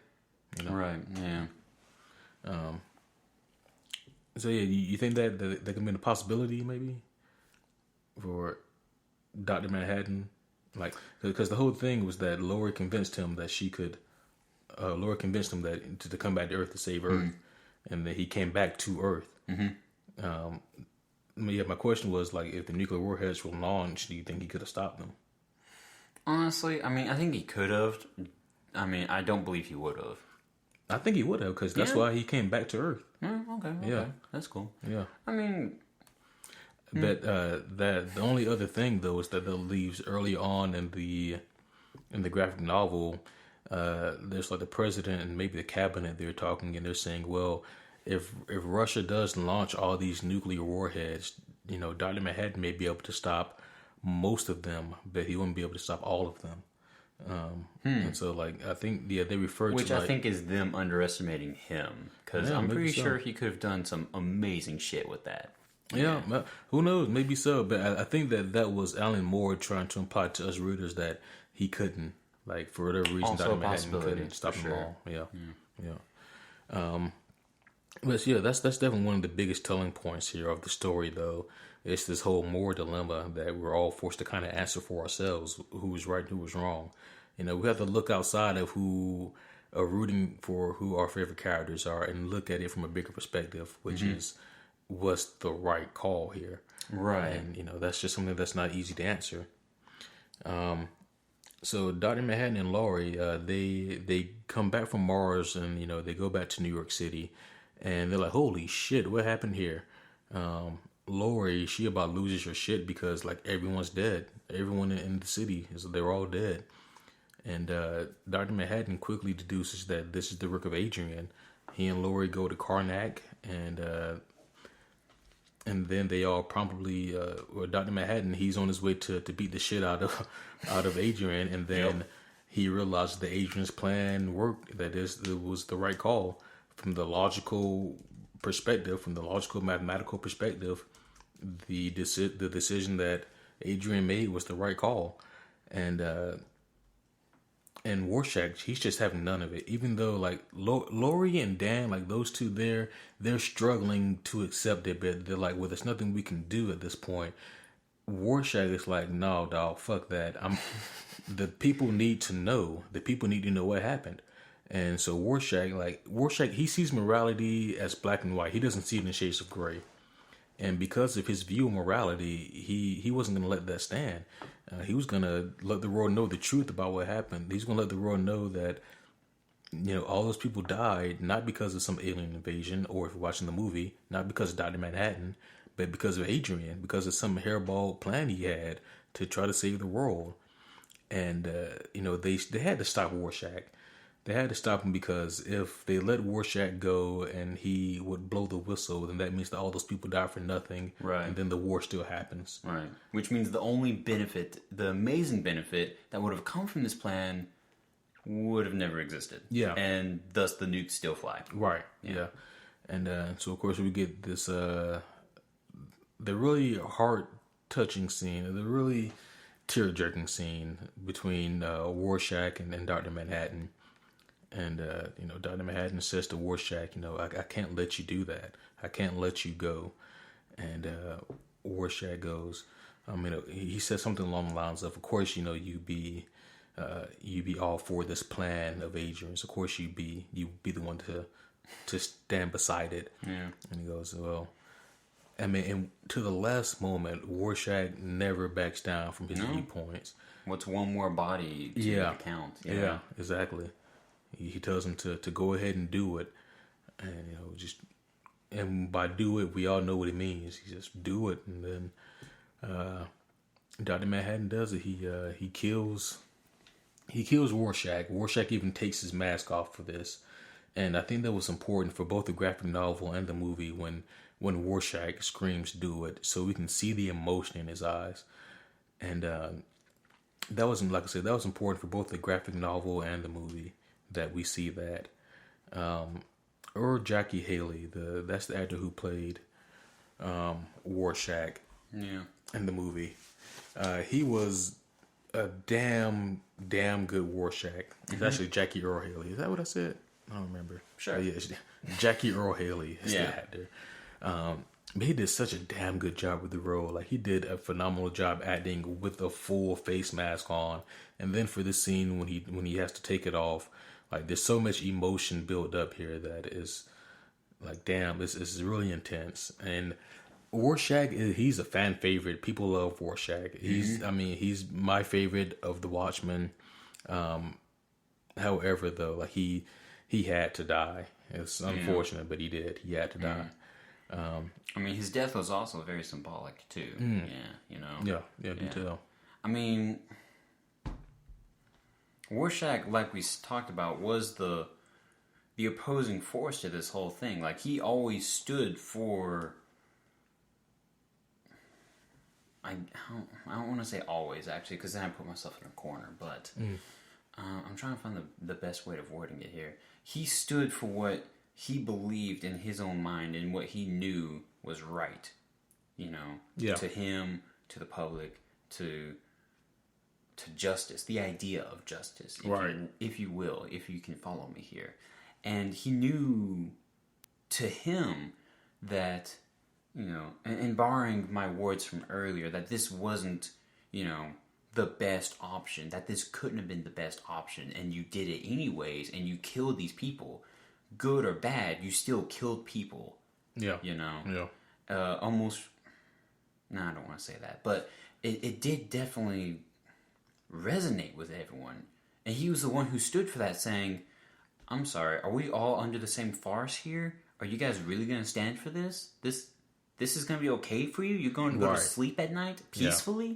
No. People still died. Millions still died here doing this bullshit. And yeah, it turned out to work and the plot was good, but he definitely represented the other philosophy, the other mindset, the side that said, no, that could not have been the right answer. Yeah. You know? Yeah. And so, what else was there to do but eliminate the other opinion? Yeah.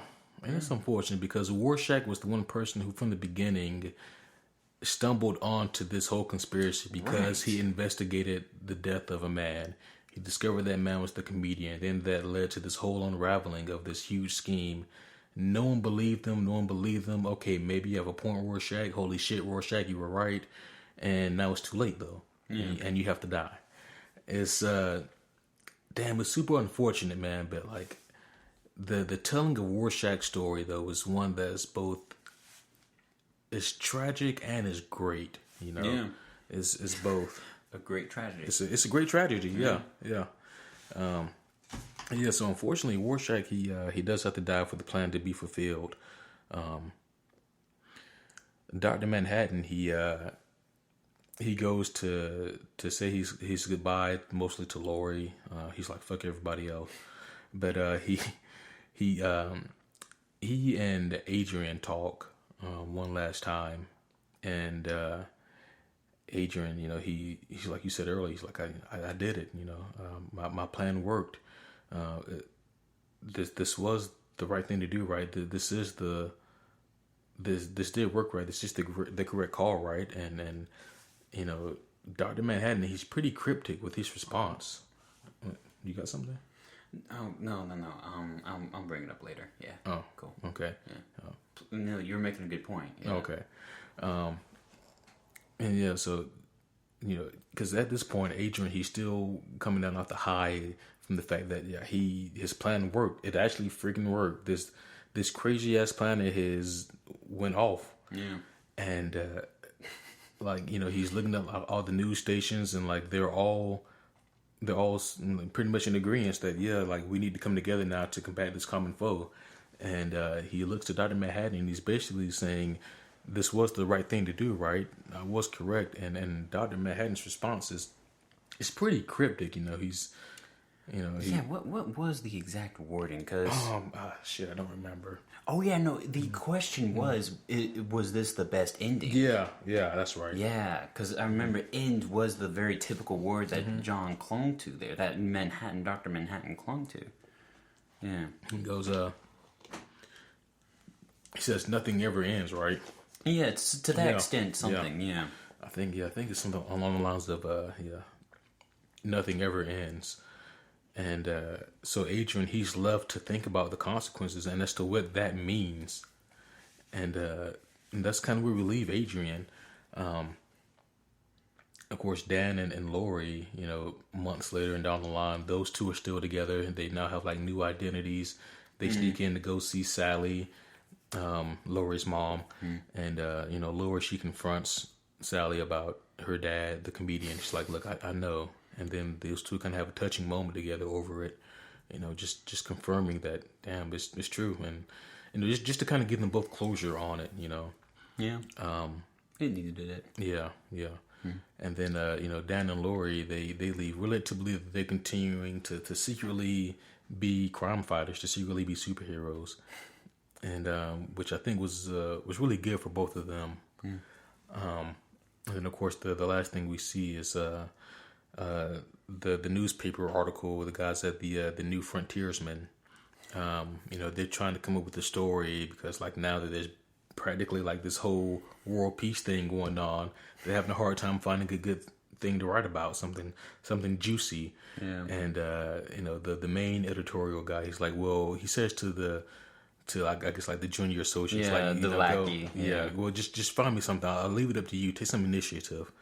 And so the guy, he goes to like the mail pile, seeing what he can find, and he finds Rorschach's journal, the same journal that we see Rorschach mail off maybe a little over a third into the book. We see Rorschach mailed that journal off. We don't know where he sends it to.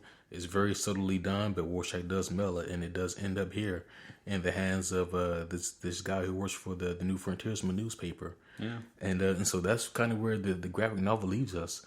And I thought that was so fitting, so damn fitting that we get that ending like that, because it leaves us, to kind of fill in the blanks for ourselves as far as to what happens. Kind of. Right, to an extent, yeah. Yeah. I mean... Yeah. The reason I say kind of is because with the recent DC Rebirth and the Button and then Doomsday Clock, we see what's happened there. But as far as like the main graphic novel is concerned, it was such a fitting ending because like it does leave us to kind of fill in that blank for ourselves. What you think about this ending here about Rorschach's journal? The first time I read it, the first time I witnessed the whole story and saw the ending, I thought it was a lead-in to a potential second pickup for the story somehow. That they were going to continue it, that there was going to be a longer, drawn-out debate over whether or not what Ozymandias did was correct or not. And then more story into our two heroes who are still, being superheroes. Something, and it was easy to fill in the blank with something like that, for sure. But thinking more deeply into it, and then hearing earlier that you don't think that the TV series is going to pick up from that journalist picking up that novel, the journal, and saying, "Oh, wait a minute, what is this?" Honestly, it definitely was.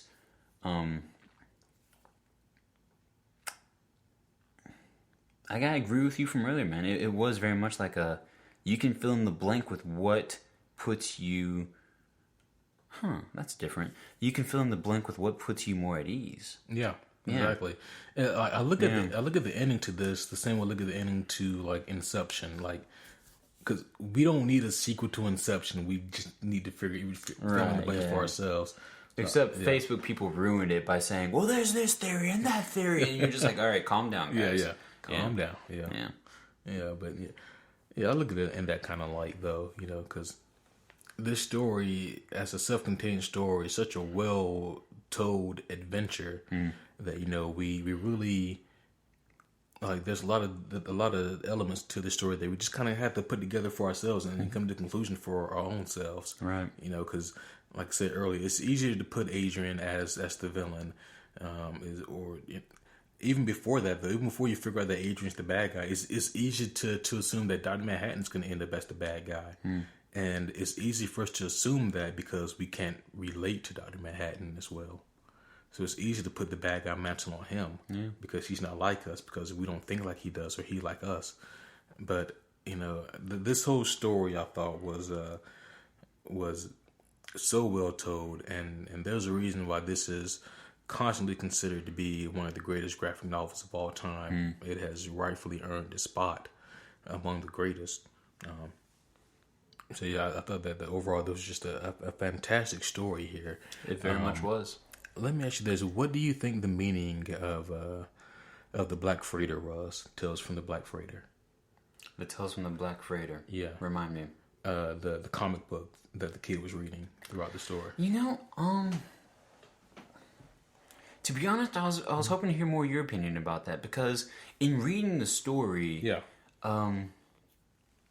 honestly, I looked over a bit of that. Really? I kind of did. Like I was, more closely trying to pay detail to this, because at this point, so much detail was already put in front of me, and I was just kind of like, oh shit, this is not a simple story. This is not a linear story going on here. This is very much something that is giving me a lot. Right. And so I was going through it, and obviously I knew that was something tying into the story very well. And if it even made the movie, in a cartoon version, which was kind of cool. Yeah. But still, so to be honest, I mean, it definitely was reflective of the parts I did pick up on it, of those moments that we got to see it. Like, all of a sudden, it, for some reason, was parallel to everything, which I thought was very cool. Yeah.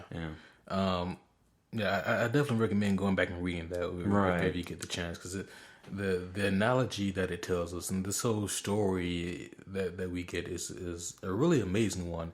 And I mean, you have to read a couple times because once again, I don't think anyone reads the Black Freighter once and completely understands this message. Right. But like essentially, what I got from it is that this guy, you know, he's shipwrecked because he knows that this Black Freighter, this evil, mysterious ship, is going towards his homeland, and where his wife and his children are, and this Black Freighter, the inhabitants on it, they're gonna murder and kill everyone there. And it's about this man who's fighting tooth and nail to get back home. He has to make a raft basically made out of his dead comrades. And, you know, along his journey there on this raft made of wood and his dead friends, he gets attacked by sharks. He has to fight off the sharks. He you know, has to live off of very, very minimal salt water per day, just something in his mouth and stomach. He eats a seagull that he catches. This man has a great damn struggle. Right. And he's struggling all to fight to get back home so that he can be with his family, so he can warn his hometown of their impending doom. And as he's journeying back home and as he's struggling to get back home, he finally washes up to shore, and he's like, I know I'm too late. They've already made it. I need to do something though. And he sees two people riding towards him, and he kills them. He kills them because he imagines these two people riding towards him as people who have either sold themselves out or members of the Black Freighter. And at this point, he's just gone mad, almost. He's gone mad with passion, and he's also probably really, really sick. Right. And so he's going back home, and he makes his way back into his home, and he can't believe he's back there again. It's in the dead of night. Everyone's asleep.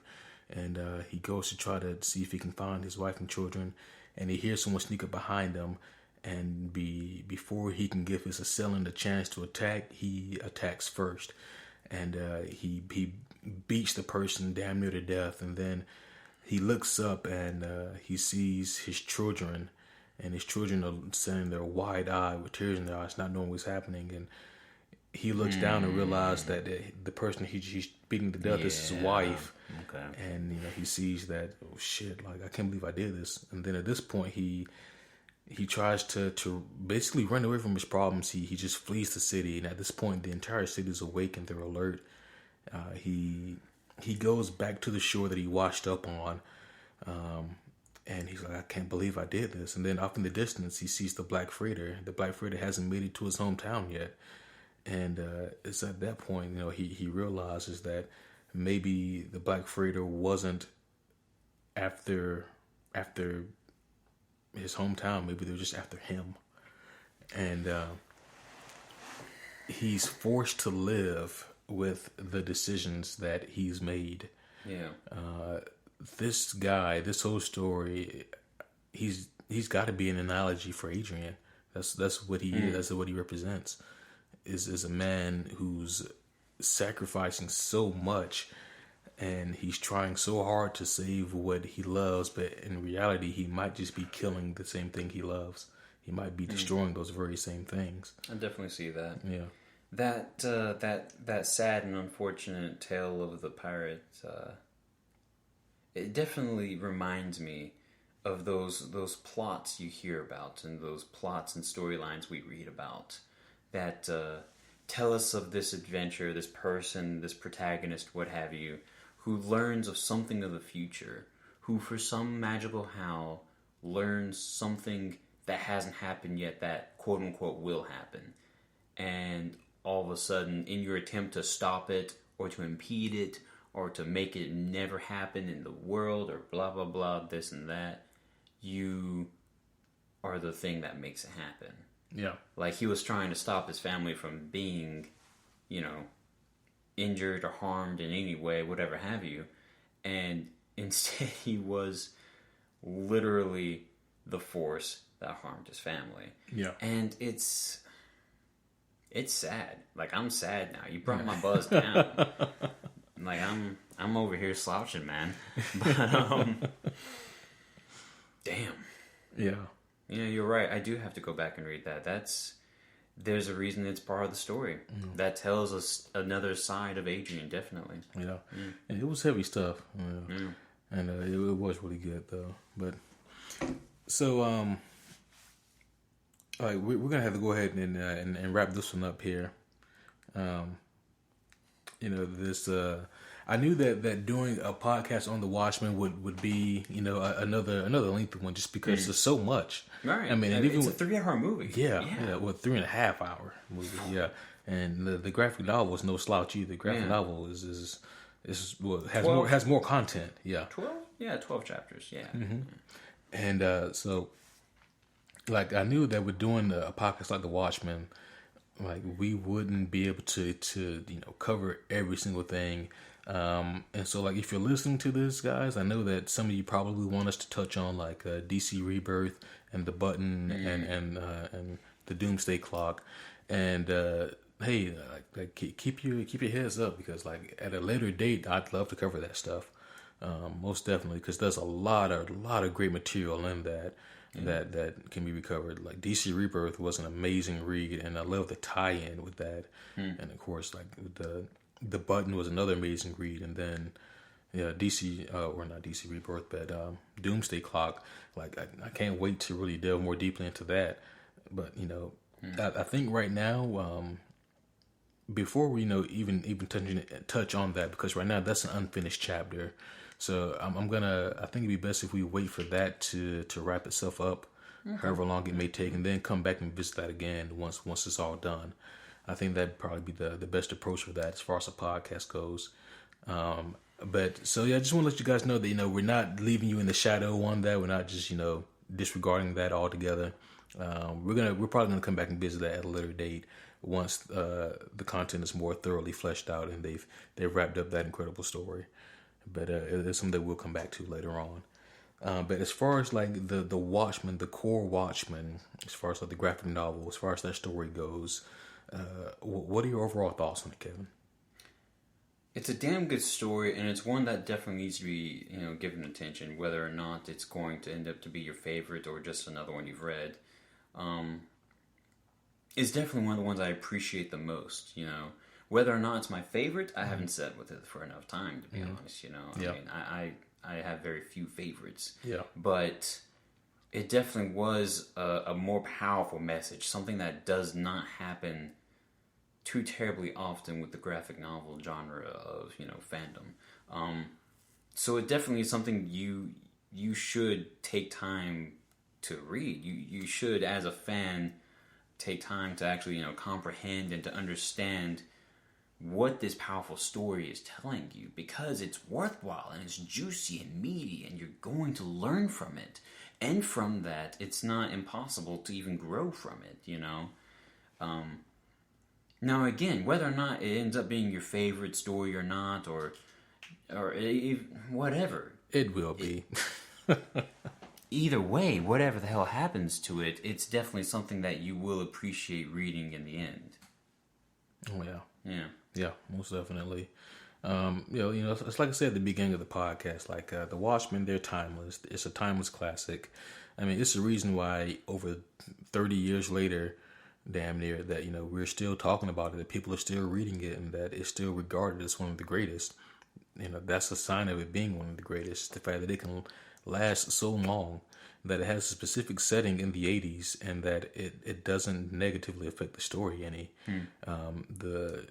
The Watchmen is full of characters that are extremely unique. Like, on the surface, they may seem similar to characters that we've come familiar with over the years. But once you delve in depth with these characters, you realize that there's a unique complexity to all these characters that humanizes them and also makes them unique all at the same time. It tells a story that forces all of us to really ask questions about ourselves, and to really see where our moralities lie, to really see what we think about, certain nuances of the reality we live in.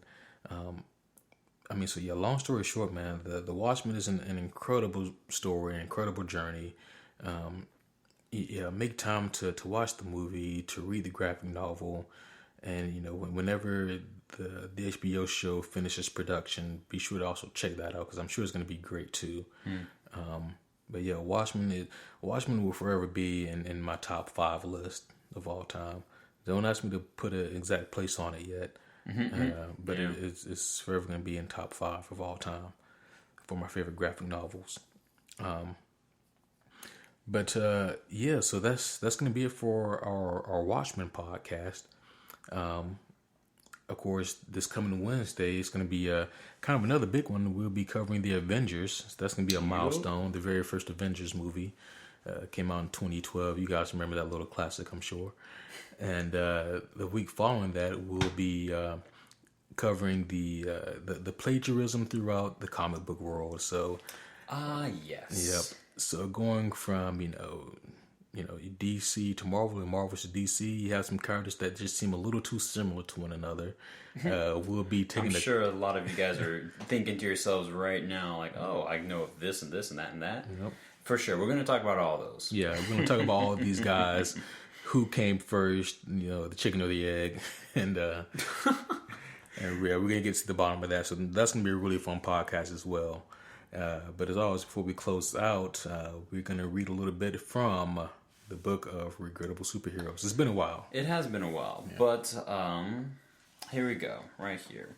The random opening of tonight fell on the page for Adam X, the Extreme. And yes, folks, Extreme is spelled beginning with X. Did this come out in the 90s? That sounds like a child of the 90s. Of course it came out in the 90s. That's the entire... Well, I mean, look at this fool. So he has long blonde hair going down to the middle of his back, I'm sure. He's got a baseball cap on. Is that cap forward? Of course it's not. Who are you, idiot? It's the backwards. 90s. All right? He's got edgy blades on everything. He's got blades on his shoulders. He's got blades on a bicep wrap. He's got blades on his freaking wrist guard, his hilt. He's got a sword in one, and it's all crazy. So, of course, anyone who has actually lived through the 90s knows that everything was extreme. Yeah, Oh, yeah. The typical superhero, really was able to be successful with great storytelling, a flashy superpower, maybe a cool looking costume or something. But eventually people decided that, maybe we can do other cliche 90 things to a superhero, like give him a goatee, give him some edgy blades, amorality even, maybe a Cool Ranch flavor BS type thing going on there, And that's how Adam X the Extreme was made. He was a skateboarding superhero. That's one 90s thing for you. Oh my gosh, what else do we have here?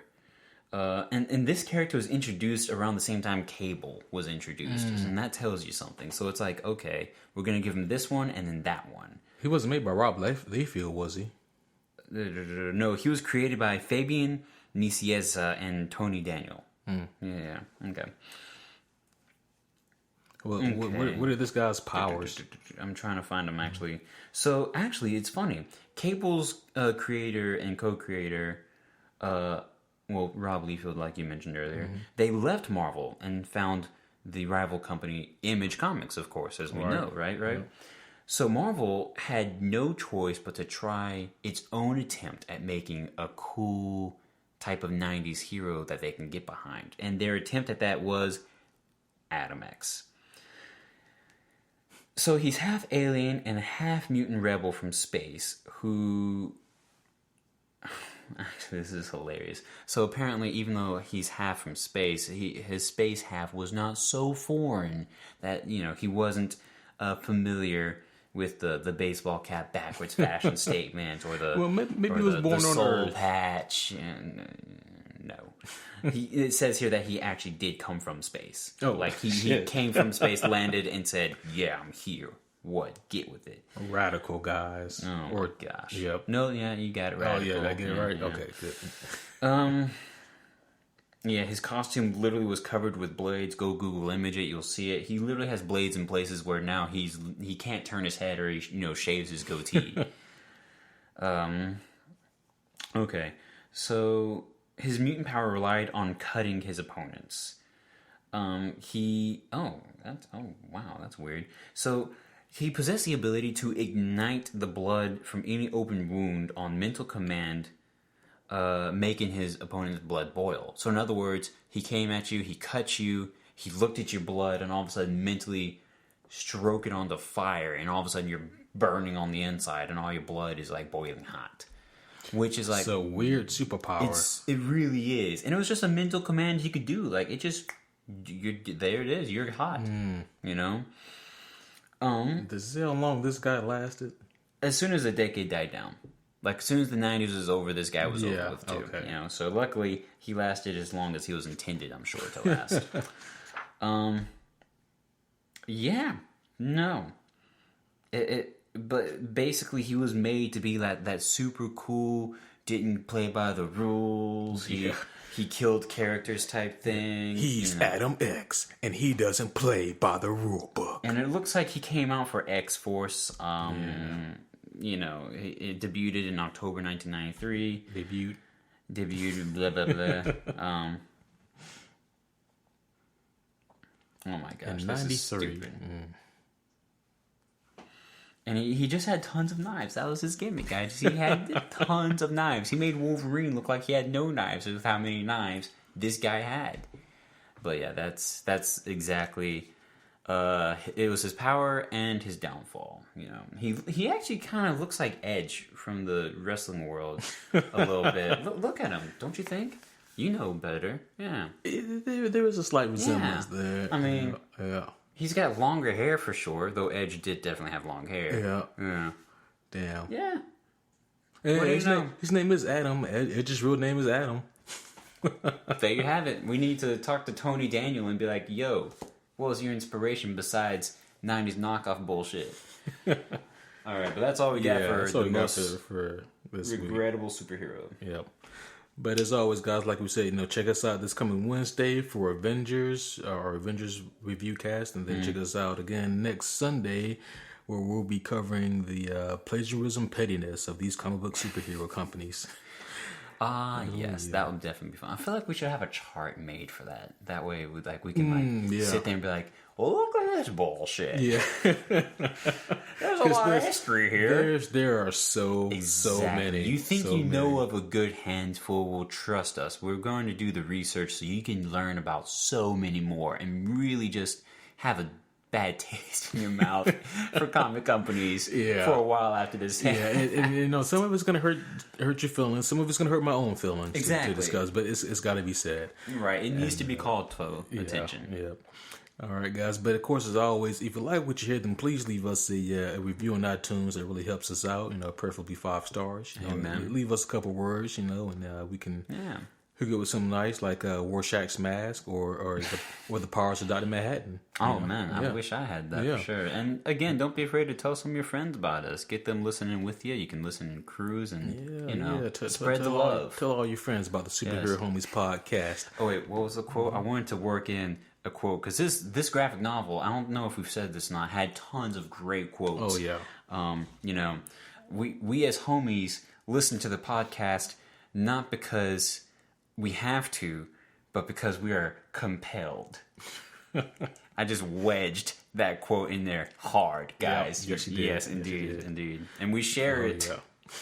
Yes, we do. I'm not even going to try to wedge that in there. But you guys, you hear us. Yeah, you get it. And so if you have any, questions, comments, gifts, threats, food, supplies, or luggage, hit us up at Superhero That's a new one.